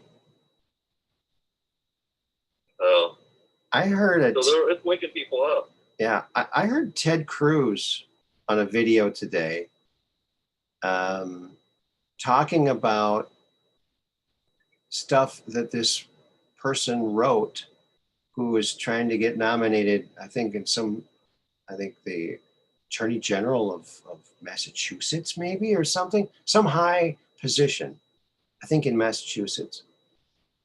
And so this woman believes in defunding the police and believes that certain crimes should not even be considered to be even brought to court. And those would be like trespassing in a vacant building to get out of the cold. Oh, that makes sense. But also trespassing in a occupied building, and that would be okay. In other words, no more breaking and entering, no more trespassing. They can pretty much just come and take, and stealing, looting, totally okay. They're not going to prosecute. Well, they already have that in California. You go to your local convenience store, walk in, load the cart, and walk out. That's what they do. So this is just horrifying. And what they're trying to do is they're trying to eliminate single family homes. So what they're doing is they're bringing all these people in, they're training them all to go and rob all these houses. They're getting all the DAs to get in there and make it so that they're not going to get prosecuted, so they could just steal, just take over houses and just take whatever the hell they want. And the citizens are just like, what the heck is going on here? What are you people doing? I worked my whole life for this. What are you doing? What is this? People better wake up, because the people who are in high offices all over this country have been placed there by some very evil people and that do evil things. So we need to wake up and run for these offices ourselves. And, America first, patriots, not these Soros beholden Satanists. Well, remember the drop says that at some point that these people won't be able to show their faces outside. That's right. That is very, very right. So. All right.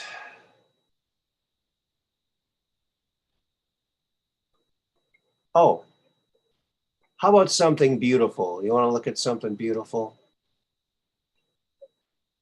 This is something beautiful. And this is one of the many faces of Jupiter. Look at that. Isn't that just artwork out there in nature, in space? Look at that. I'm going to pump up the light so you can see. Look at this color. Look at this deep blue. It's on Jupiter, for heaven's sakes. Jupiter is a gigantic planet. Everyone always thinks, oh, the big red dot. Well, there's a lot more to it. And all the white that you're seeing is actually frozen water. All this white here is frozen water in the upper atmosphere. Isn't this just gorgeous?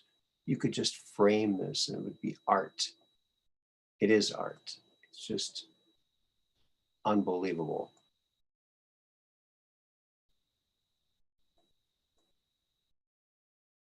Yeah, it's pretty spectacular.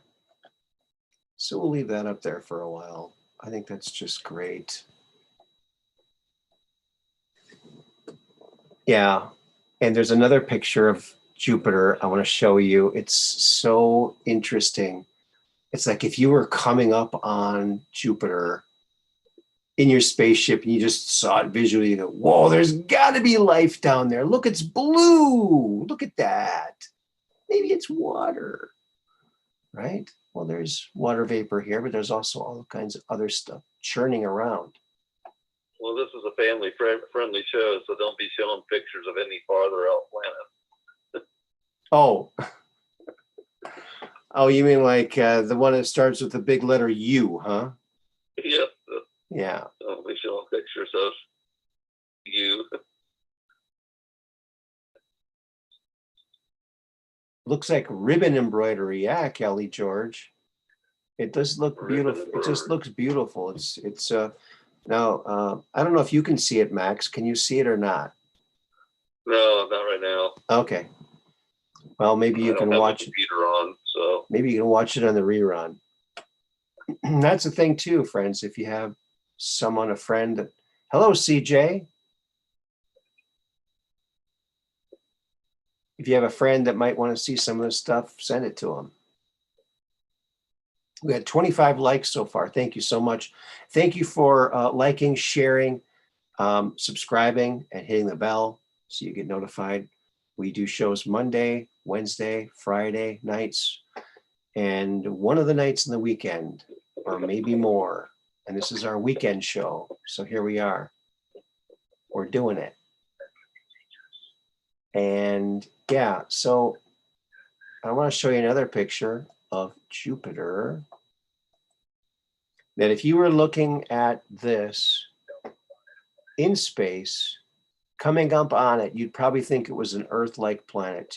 Check this out. It's coming from one of the poles, either the north or the south. I'm not sure which one, but look at that. That's just gorgeous. Have you had any more information? There's supposed to be a new comet coming into our system, and yep, a very large one, and it's already it's kind of exploded like 4 times in a row, and they're not quite sure why. And some people are speculating it might be a ship, but it's very large. It's as big as our moon or bigger, but it's not gonna come close to Earth. It's gonna come into our solar system, I believe, but more in the outer kind of by Uranus. I'll say it that way. And yeah, but it's going to be putting on quite a show. If it's doing that already way out there, when it gets close to the sun, it's going to get pretty spectacular. And I saw that over on Secure Team 10 with Tyler. So go check that out. Oh, okay. But this is a view of like either the bottom or the top of Jupiter as you're coming onto it. And it just looks like a lush, like some kind of jungle island paradise. This almost looks like land here.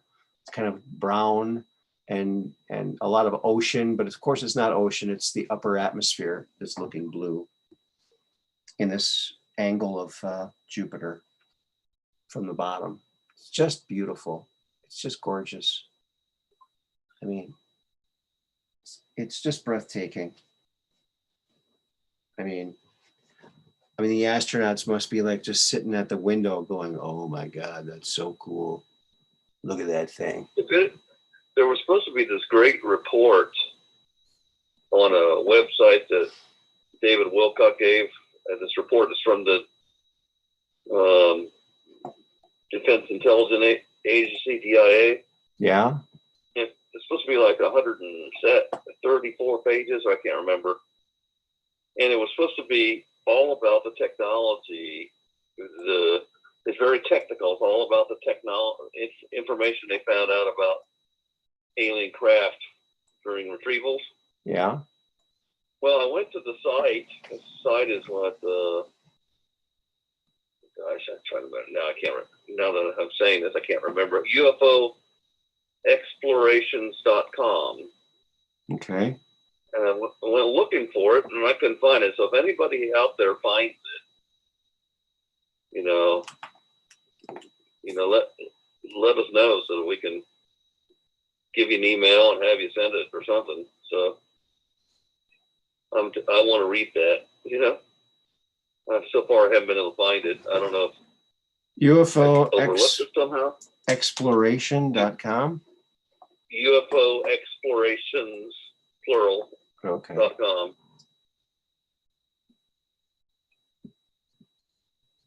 There's supposed to be a DIA report. I assume it's a PDF file, but I don't know. So,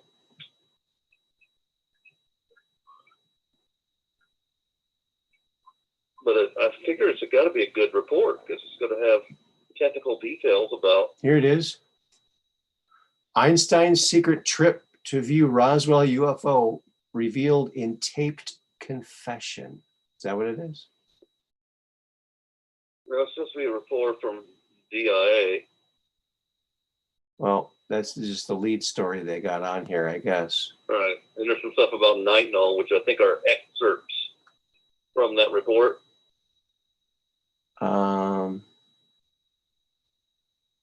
You know what nitinol is, right? That's yes, it's shape memory material. Shape memory metal, yeah. Made out of nickel and titanium.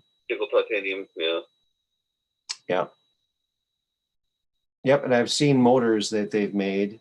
You just have two wells of water, one warm, one cold, and right. the spokes expand and contract, and it turns the wheel. It continually runs, yeah. As long as you keep that water warm on one side, cool on the other, you got right. endless energy. Endless. Right. And that's just one configuration using that stuff as the spokes. Right. There's other applications for it. I always thought they should weave it into a flag and have it generate the wind. That material gets stronger when you put more pressure on it. Really? Like you can't drill that with a regular drill bit. Okay. You have to use a water jet to cut it. I've used a water jet before. Those are incredibly powerful machines. They can cut through 6 inches of metal. Unbelievable. Right. I once explained to a nuclear sub commander how they could build a submarine that with the outer hull, if a torpedo hit it, it would be self-sealing. Mm-hmm.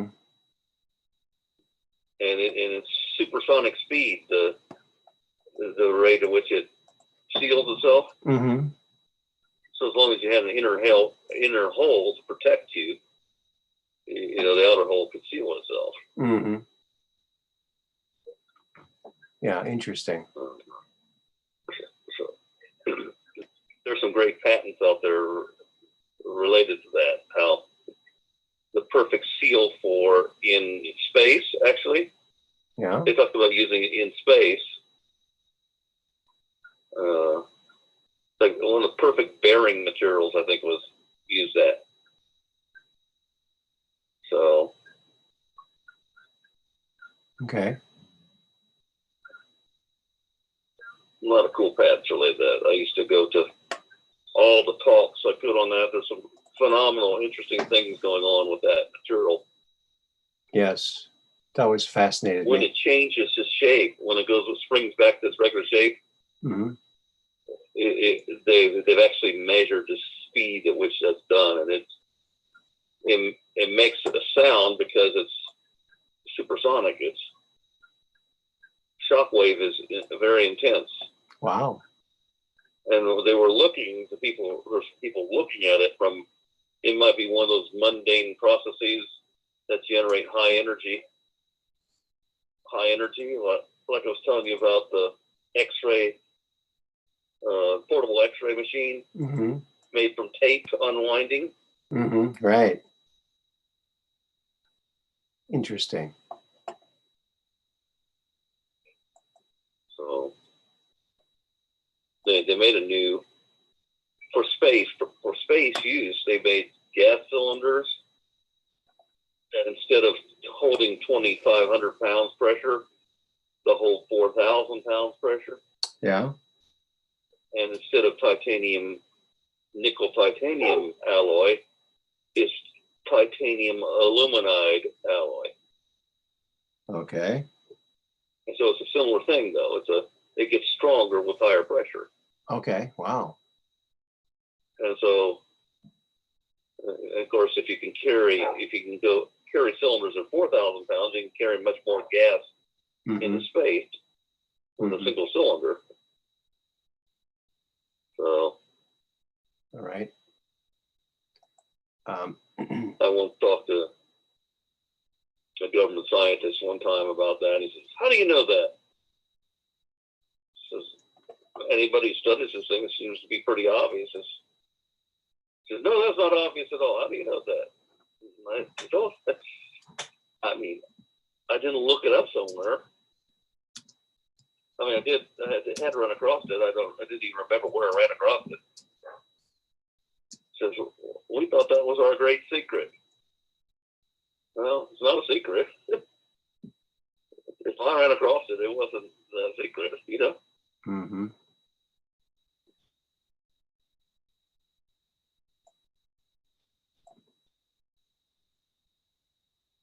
course, that's the way I read. When I read, I'll find the most obscure facts that nobody realizes even there, and I'll pick it out and be able to repeat it later. Mm-hmm.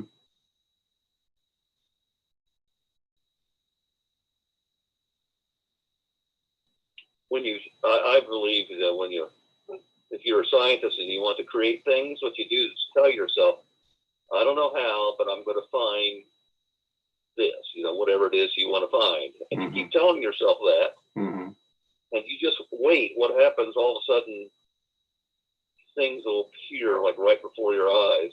The solution to those problems, if you're just alert enough, those things will literally, your prayer will literally be answered. You'll start seeing it, and it's almost as if it happens in such a way that if you're ignoring it, all of a sudden it's like it'll become increasingly obvious, like God is poking you, says, "Hey, I just put it in front of you. Hey, pay attention here. Here it is. Don't you see it yet? I mean, it gets that obvious." I told some people that, and they kind of look at me like, "No, it isn't. It's not that easy." I said, "Yes, it is." When you realize that people are out there haven't had the experience of their prayers being answered, keep trying, because what you'll find out is eventually, if you haven't had the experience where your prayers are answered, one of them will get answered, and then all of a sudden, when that first happens, and you suddenly realize that prayer was answered, it will happen more and more and more once you believe. See, in the beginning, you don't believe, right? You got people that, "Well, my prayers aren't answered. What do you mean?" It's because of their mindset. When you believe it's going to happen, guess what? It happens. And then your life has changed, because you tell people this and I can't believe what you're saying. This is the whole purpose, one of the purposes of teaching people about the free will love laser. When you first use it, or whatever, people are just kind of, I'll try it, I'll try it. But those that go a step further and try it with their own things suddenly discover it works. And when those people discover it works, they really contribute to making it work for everybody. You have to, basically, the way to put it, if you want to make something a reality, tell yourself over and over again that this is going to happen, this is going to happen, this is going to happen, and wait for it. Things will start to fall into place to show you it's going to happen. Yeah. And that's really the power of our consciousness. When we're calm here, when we're all calm, and we're saying, "Okay, we know the Patriots win, God wins, right? We know this is going to come to an end. We're manifesting reality. We're the ones that bring about the change. We're the ones that bring this craziness to a halt." Mm-hmm. We manifest the power within us. You know, we're all part of God. We all have. This is part of what this whole process of ascension is all about. We are at the low level of the totem pole as far as our education as a soul. We have the entire abilities of God with resident in every one of us, but we don't have the training yet to access that or use it. And that's what this whole process is about. We grow and we learn and we become better souls. And as we do so, our abilities rise. That's the nature of the universe. In a nutshell, Mm-hmm. That's what this is all about.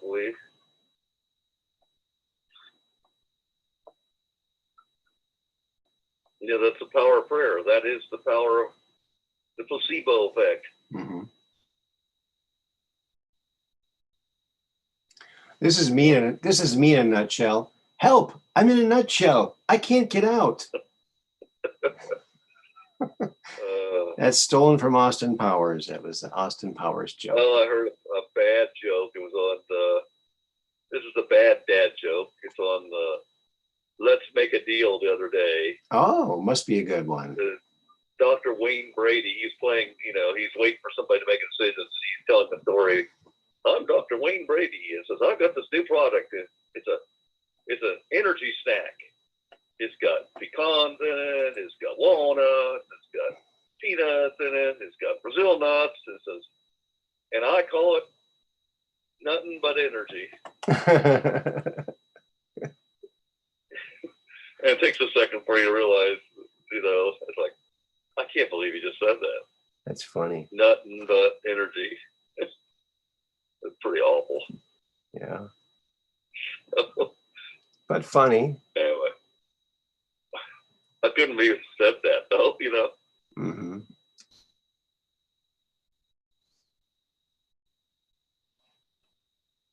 Yeah, I just posted a couple of the second picture here is it's a mirror image. It's an image of Jupiter. However, I adjusted the color to make it look more purple. It was blue. I made it look more purple just because I thought it would be cool. So it's not a natural color of Jupiter, but it is. That's the only thing I changed, and I just mirrored it, and that's what I got. Hey, CJ. Did you ever watch that movie, Jupiter Ascending? Boy, that sounds familiar. I might have. Well, that was a good movie because it was. It was weird. It basically had reptilians in it, and it talked about basically there were groups of aliens that owned our planet, and there's this woman who realizes she's a human until she realizes that she's actually the royalty that's kept it from her, and she's royalty, and she actually takes possession of the earth to keep them from enslaving Earth. Yeah, it's a really wild movie. They've got all kinds of images of different types of reptilians. Mm-hmm. It's a pretty way out sci-fi movie. It's highly recommended.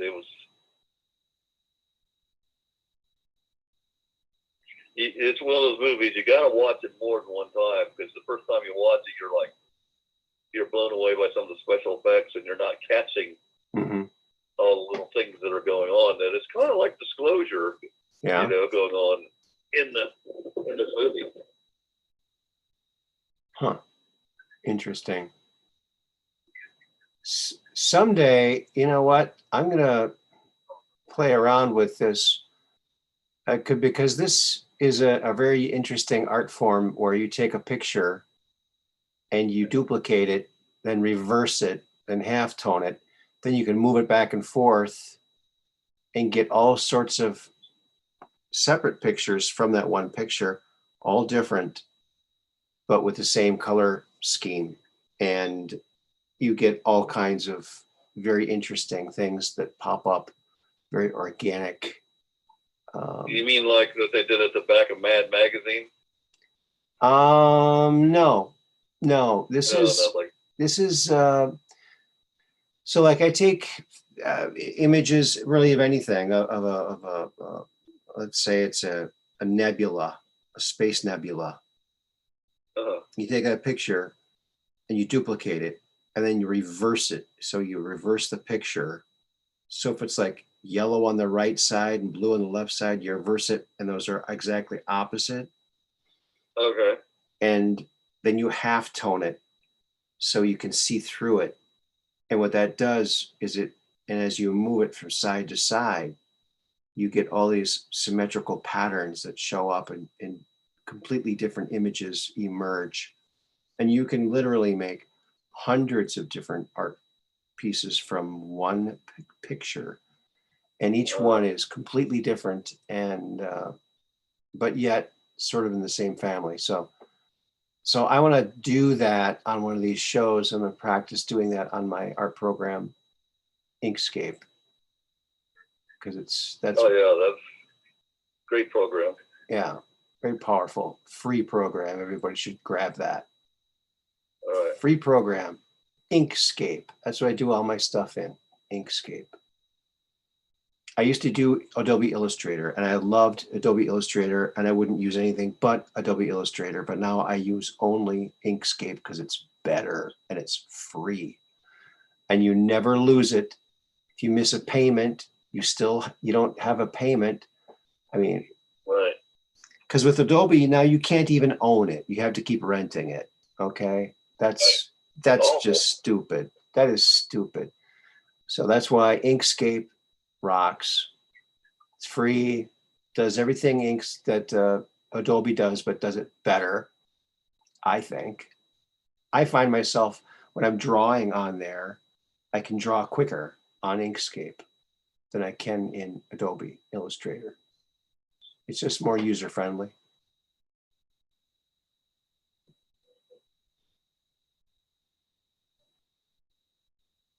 As you see, the last David Wilcock show, he was showing off where they're going to do production of these hover cars. Oh yeah? Yeah, they got financing. They got a building. I don't know. I can't remember. 500,000 square foot building. Cool. He showed models of the craft, the first model that they're going to build. Oh yeah. Prototype. Yeah.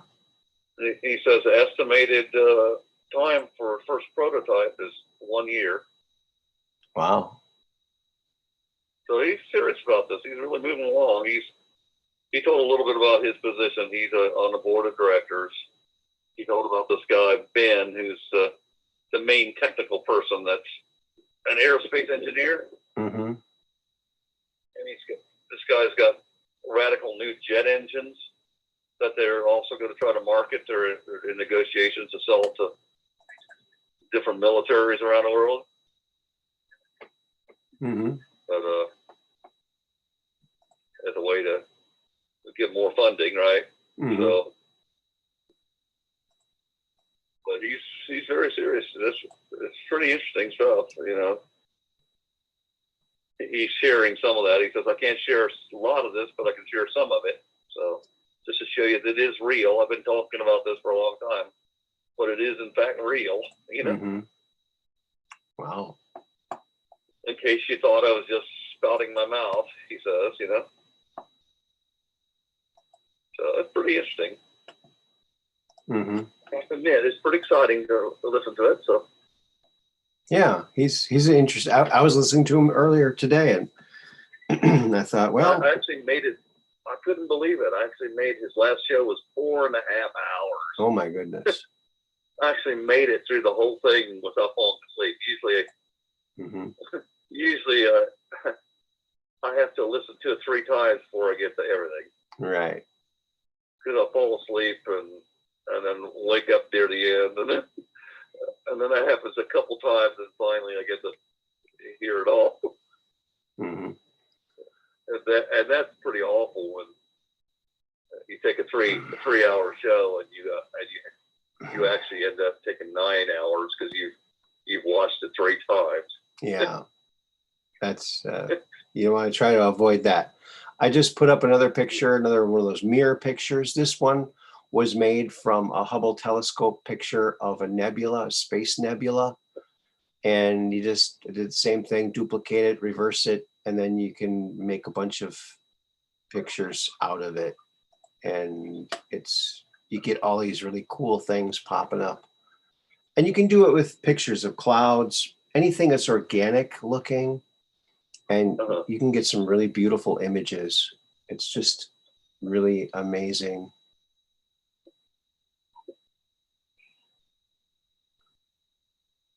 I was just sitting and had my foot sideways, and somehow my side of my foot was falling asleep.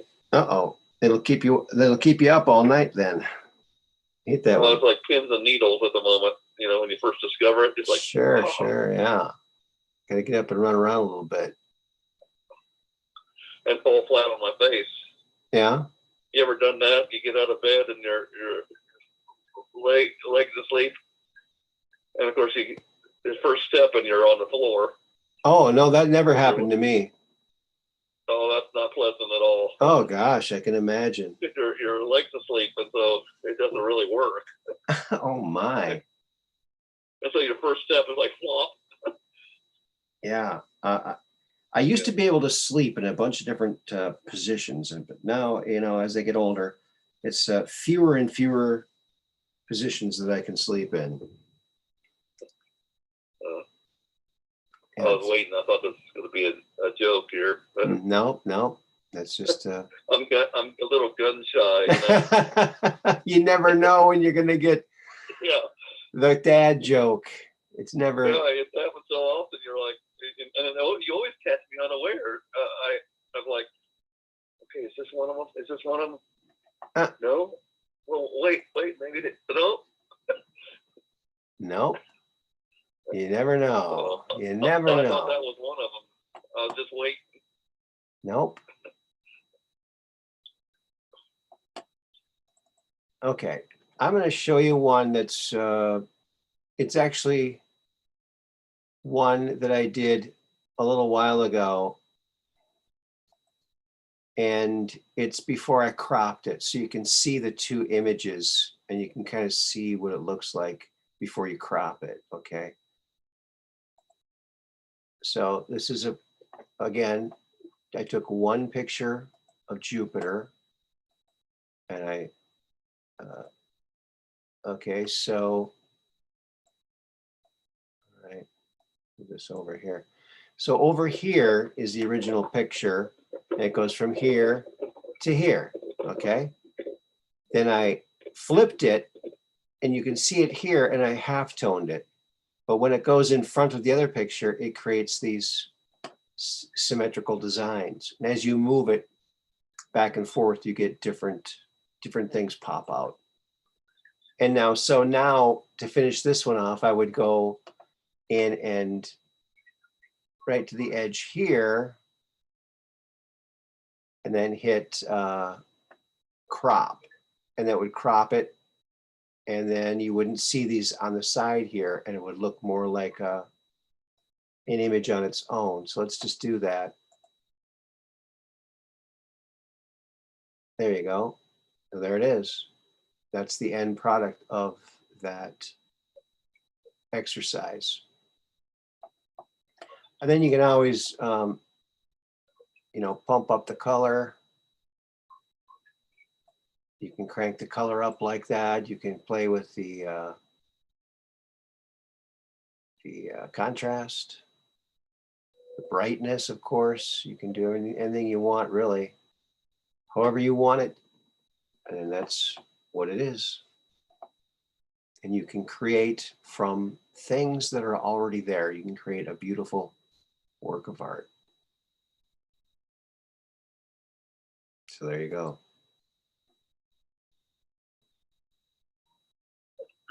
And Abby says that would be a cool full size on a wall. Yes, it certainly would. And I've always been meaning to do that with these and to print them up, but you know, it's pretty pricey to do that. I always wanted to buy one of those, and I never got around to doing it. Those gigantic printers, really photo printers. Yeah. That they can do really literally posters with them. Yeah. Those are great. They're just amazing, you know. I would recommend the Epson. I think they're the best. Epson. Yeah, I have an Epson printer myself. It's an eco tank, and the eco tank, they've eliminated the cartridge. There's no printer cartridges. Instead, you have bottles of ink that you fill the tanks with. Much more. Oh wow! Much more cost effective. Yeah, I went 2 years without having to buy a cartridge, and that was lovely. So get yourself one of these Epson Eco Tank. I've had it for a number of years now, quite a few years. It's a trooper. Works really good. I really enjoy. I've had different brands. Epson's the best to me. Maybe they can be a sponsor of the show. They should write me. You know, they have all these books online that are free that you can download that are.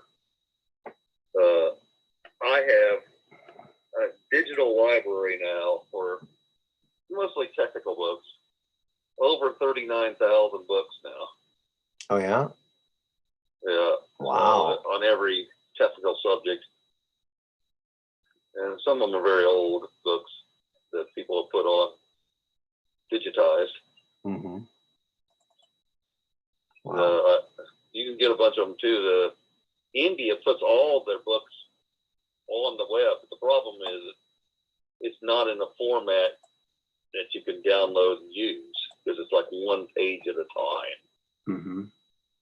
So it's pretty ghastly trying to access the Indian related journals and things like that. Okay. Here's another image here that it's actually an image of the moon with the clouds. And I did the same thing. You can see where the moon is. But now I'm going to crop this. And it'll look better when it's cropped. Crop. There it goes.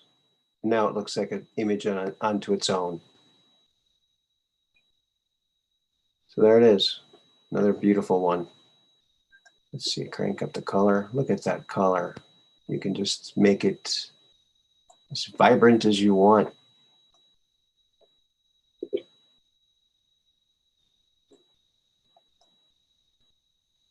Right. I thought about making some of my predictive software available online. Oh yeah, predictive? It's software I designed and made. Mm-hmm. That one of them allows you to predict the properties of a new polymer, for example, before you make it. Oh yeah, there you go. And then there's another one that predicts the toxicity of a material and various other properties of a material before you make it. Mm-hmm. It even predicts what an analysis like what's called an HPLC or a GC would look like. Mm-hmm. So that's what's useful about that is when you're doing experiments that you hope to make this compound right, it's kind of helpful to know where if it's going to show up in an analysis, where is it going to likely to show up? Mm-hmm. Right. So it can help aid your development work dramatically, and they have a few programs out there a little bit like that, but I spent a lot of years honing this thing. Mm-hmm. It's one of the ways that I can kind of leapfrog in the development work because I can, like I said, I can kind of say, okay, what do I want to make a polymer? How do I want a polymer to perform? This might be actually useful for what you're doing. It just dawned on me. You're always looking for polymers for your like square super balls. Yeah. Well, it allows you to kind of predict, what the result would be if you do mix certain polymers and whatever. Yeah. Interesting. But it took a lot of effort to make this thing. I bet. It was literally a labor of love because I love doing it. It was so cool to be able to predict something that's never been made before, mm-hmm. and then to have it come out reasonably correct, Mm-hmm.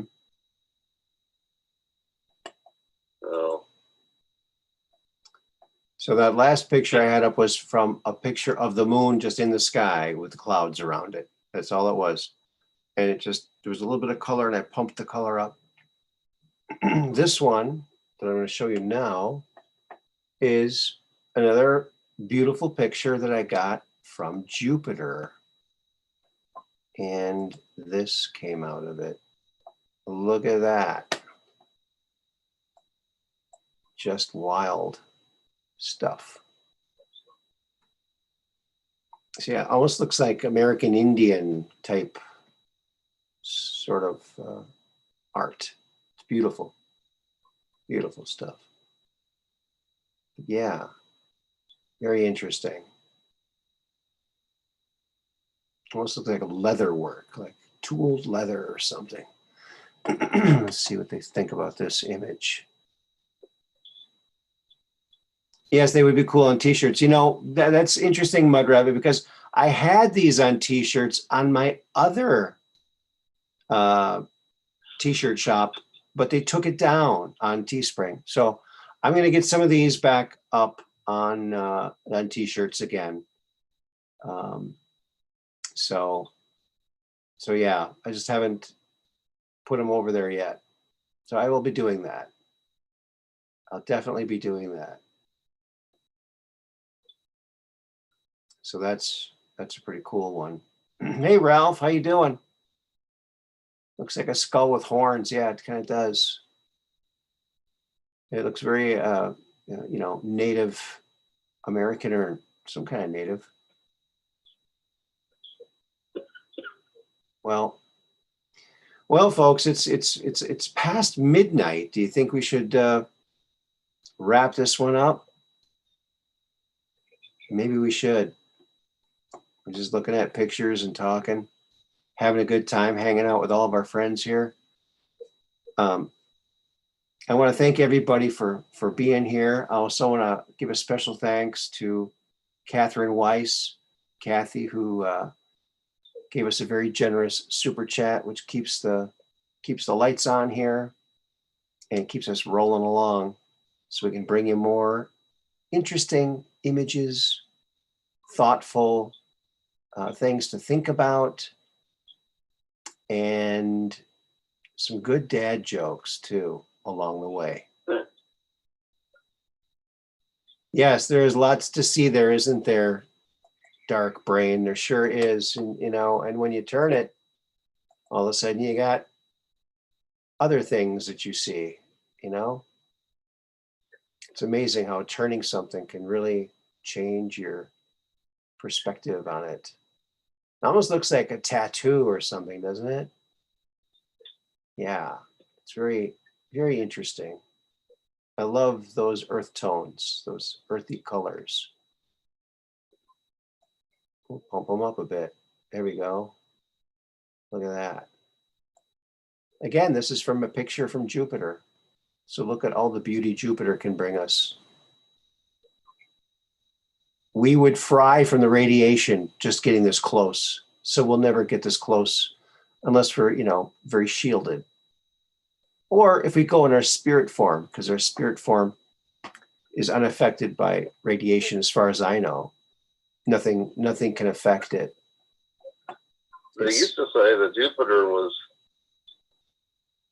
basically could be ignited and become a second sun. Yeah, and they actually caught a comet Like it broke apart into 3 or 4 pieces and it smashed into Jupiter. And there was some speculation that that could have lit it up, and it could have been like our second sun, like a binary star system. Yeah, that would have been interesting. Well, there's already evidence we're a binary star system. You knew that, right? Oh yeah, right. Yeah, the trinary. Yeah. They said, you know, that most of the star systems out there are binary. The vast majority in the galaxy, at least. Really? Yeah. It's just because even though they're far away, they still exert a tug on the star. So that technically, you know, since they exert their influence, they're a binary system. Ours is what, I'm trying to remember what's the name of the other star. Sirius B, maybe? Okay. I think it's Sirius B. All right. Which is the bronze dwarf. And that information is actually encoded into the great pyramid. Mm-hmm. Wow. They showed the evidence that scientists have shown the evidence that's already included, that they knew that. It's kind of hard to imagine that's the case from, you know, simple Egyptians, right? Mm-hmm. Of course, these same archaeologists say, well, the Egyptians didn't build the Great Pyramid. It was a previous civilization. They point to the Anunnaki as being the next ascension level above us. Mm-hmm. And so their technological level was, well, I contend it was the age of the muon rather than the age of electron that we're in. So, but I guess save that for another day. That's don't want to add to these things when you're trying to shut things down. Mm-hmm. That's okay. But age of muon is going to give us things. Because present in all matter is these two-dimensional superconductors. Mm-hmm. And you can, by introducing a potential on these hidden 2D superconductors, you can control their mass. And I contend this is how they lift giant blocks into position to make the Great Pyramid. And that's a muon-based technology. And of course, you can cut these rocks easily. I know they found giant saw blades there, but really, yeah, the gigantic saw pits that they found and whatever in Egypt. But just think the amount of time just to cut the rock if it was done that way. Mm-hmm. It just seems unlikely. So I contend maybe they use a muon laser to cut through rock. Well, that could be, but you know, you can't even put a hair between the bricks on the outer surface of the pyramids. Right. And I thought it was settled in Omni magazine years ago when the scientist saw a guy in a local market there in Egypt making stone hammers, and he was pouring it. He was pouring the stone. And what he did was he crushed up rock, crushed up stone, and he mixed it with 3 different plants that were very prevalent in the area from a long time ago. And it created an acid, and it made the rock pourable. So they poured it into a mold, and boom, you got a. I can't discount that. Maybe that is the truth. Well, he got permission, and it was really hard to get permission from the authorities there in Egypt to get a small sample so he could check it under the microscope to see if this outer casing rock had any trace elements of those plants, and they did find some in it. So that's how they did it. They poured it. It wasn't chiseled. because that would take forever. I mean, you know, make one There's little so mistake. many fascinating examples of things we don't know. I mean, water at very high pressures act like a superacid. You know, Mm-hmm. if you ever saw the movie Alien, where the alien got cut and its blood ate through the metal floor and everything else? I hate when that happens. I just hate when that happens. Oh. Water acts like that at high pressures. Water can convert, the specific national laboratories out in, I guess that's in Washington State. They have papers that you can find online, actually, where they showed that sewage subjected to water at, I think, like at 2,000 pounds pressure or something like that, the water produced a superacid. It's a superacid, and it caused the transformation of sewage into oil. Mm.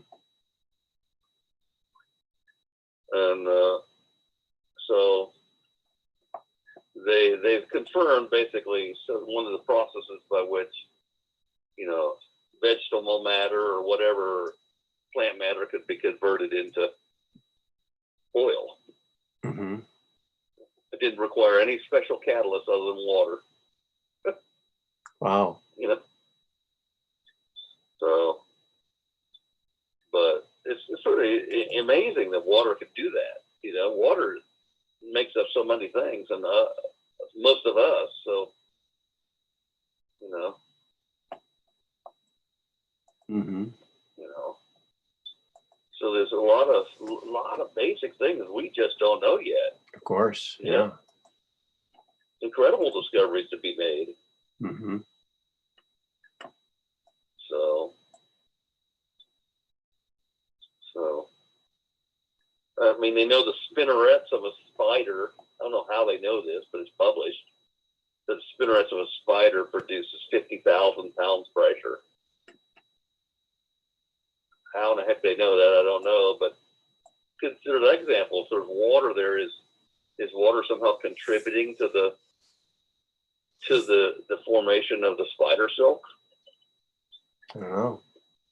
In that high pressure environment? I don't know either, but it's when you hear these things, it leaves you many things you can explore. Yeah. Many avenues of potential discoveries. Yeah. Water is a very powerful force. I mean, when I worked at and, go, if you want to find some intriguing things, go look up, water memory. Mm-hmm. There's a guy from the Louis Pasteur Institute that discovered HIV, and he's the one who discovered that he could transmit the information of the HIV across phone lines to the United States and have it appear inside a bottle filled with just pure water. And he still hasn't been able to explain it. I think I have an explanation. The reason water has a memory is because it has these trans-dimensional 2D superconductors inside the water. They don't show up. There's only one way to analyze them where you can see them. Well, there might be new ways now that I'm not aware of, but and a superconductor, remember, we're talking about the superconductor that's the whole fabric of consciousness, Mm-hmm. So it permeates everything. Our soul is made of that too, Mm-hmm. So it can store infinite amounts of information. It's literally water's attached to the consciousness of God, So it's fascinating what's possible. Yeah. It's, water is so powerful. Like I said, that water jet I use it could cut through 6 inches of metal. And when I worked at dealership, I found out that the Pontiac Solstice, beautiful car by Pontiac, they don't make it anymore. They don't make any Pontiacs anymore. But I found out that they used water to make the body. They used hydroformed body panels. What they did was, so instead of stamping the metal like they normally do, they stamp it, right? They make the mold and they stamp it around the mold. Well, what happens when you stamp metal is parts of it are thinner than the other because it gets stretched. Right. Well, what they found with the hydroforming, they used the power of water to press the metal to the mold, high pressure water. They had some unexpected benefits. One was the metal was the same thickness throughout. It didn't make it thinner in any spots. It also did another thing they didn't anticipate, and that is it changed the molecular structure of the metal and made it much, much stronger. Wow. And they didn't have any explanation for why it did it. But subjecting that metal to that high pressure water, it just made it harder. Well, I don't know what kind of pressure they're using, but there again, remember, water becomes a superacid. Maybe it has to do with the superacid properties of water making that metal. I don't know. I'm just throwing something out there. Could be. Yeah. I have no idea if it's any truth to that. I'm just.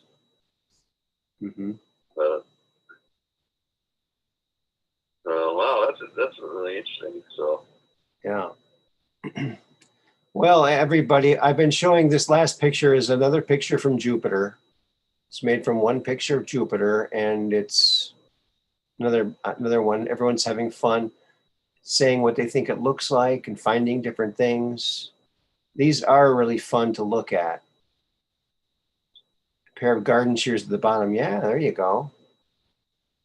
Yeah, there's endless amounts of things you can find. It's quite fun to look at and a wonderful thing to create. And I'll get some of these on some t-shirts. And let me show you one of the t-shirt designs. It's the newest one I got out there. I thought I had it in here. Where did it go? There it is.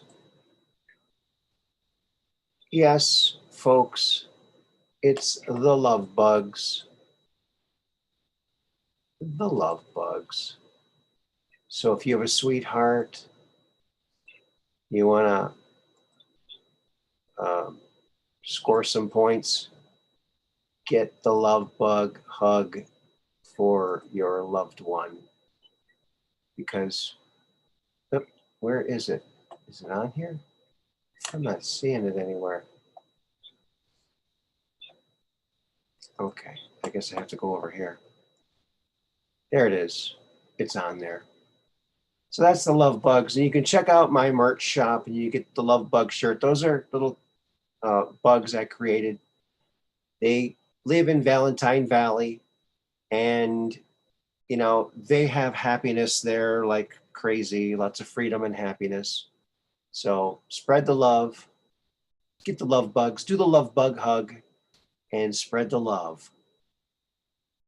I'm also working on books and animated things for these guys. So look for more designs coming out and everything else like that. Thank you, Kelly George. Thank you, Mud Rabbit.